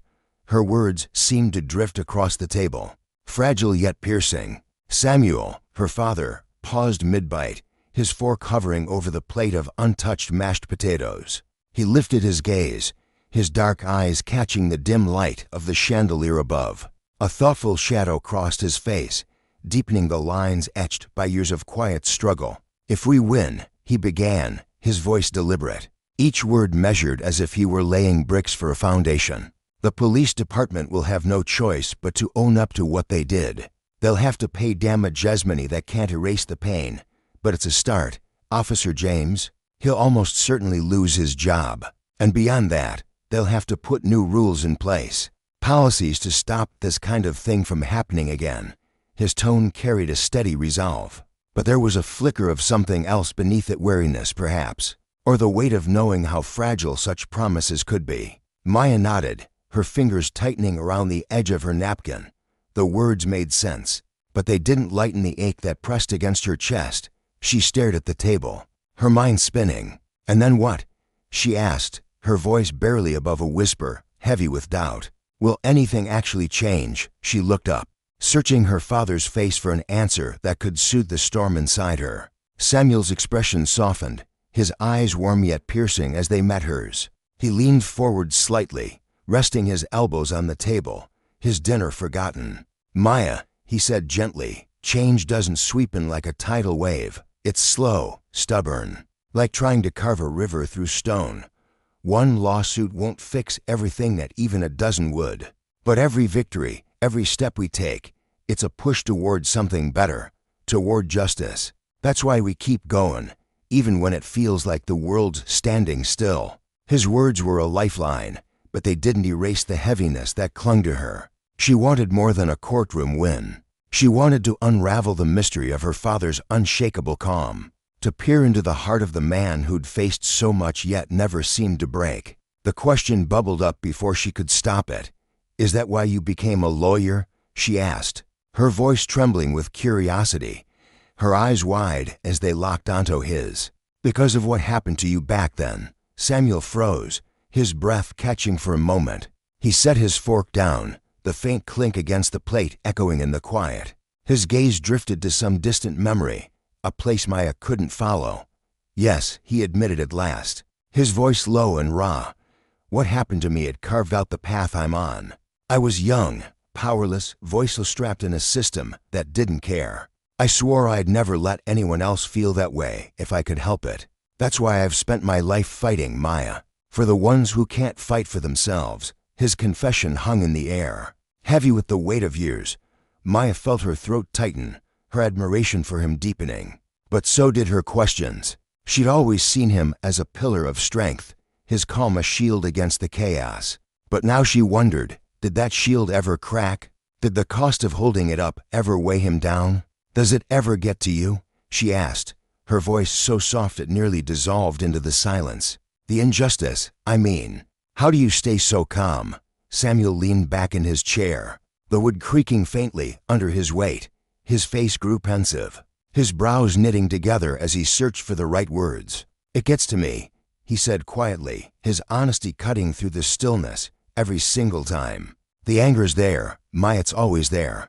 But I've learned that letting it take over doesn't fix anything. There's strength in keeping your head clear when the world's falling apart around you. It's not easy. Some days it's like swallowing glass. But I do it because that's how we win out with rage. But with focus." His words settled over her like a blanket, heavy but warm. She looked down at her hands, twisting the napkin into knots, her mind a tangle of awe and uncertainty. "I don't know if I can be like you, Dad," she confessed, her voice breaking. "I don't know if I can stay calm like that." Samuel reached across the table, his calloused hand closing gently over hers. The warmth of his touch grounded her, pulling her back from the edge of her doubts. "You don't have to be like me," he said, his voice soft but firm. "You've got your own road to walk, Maya.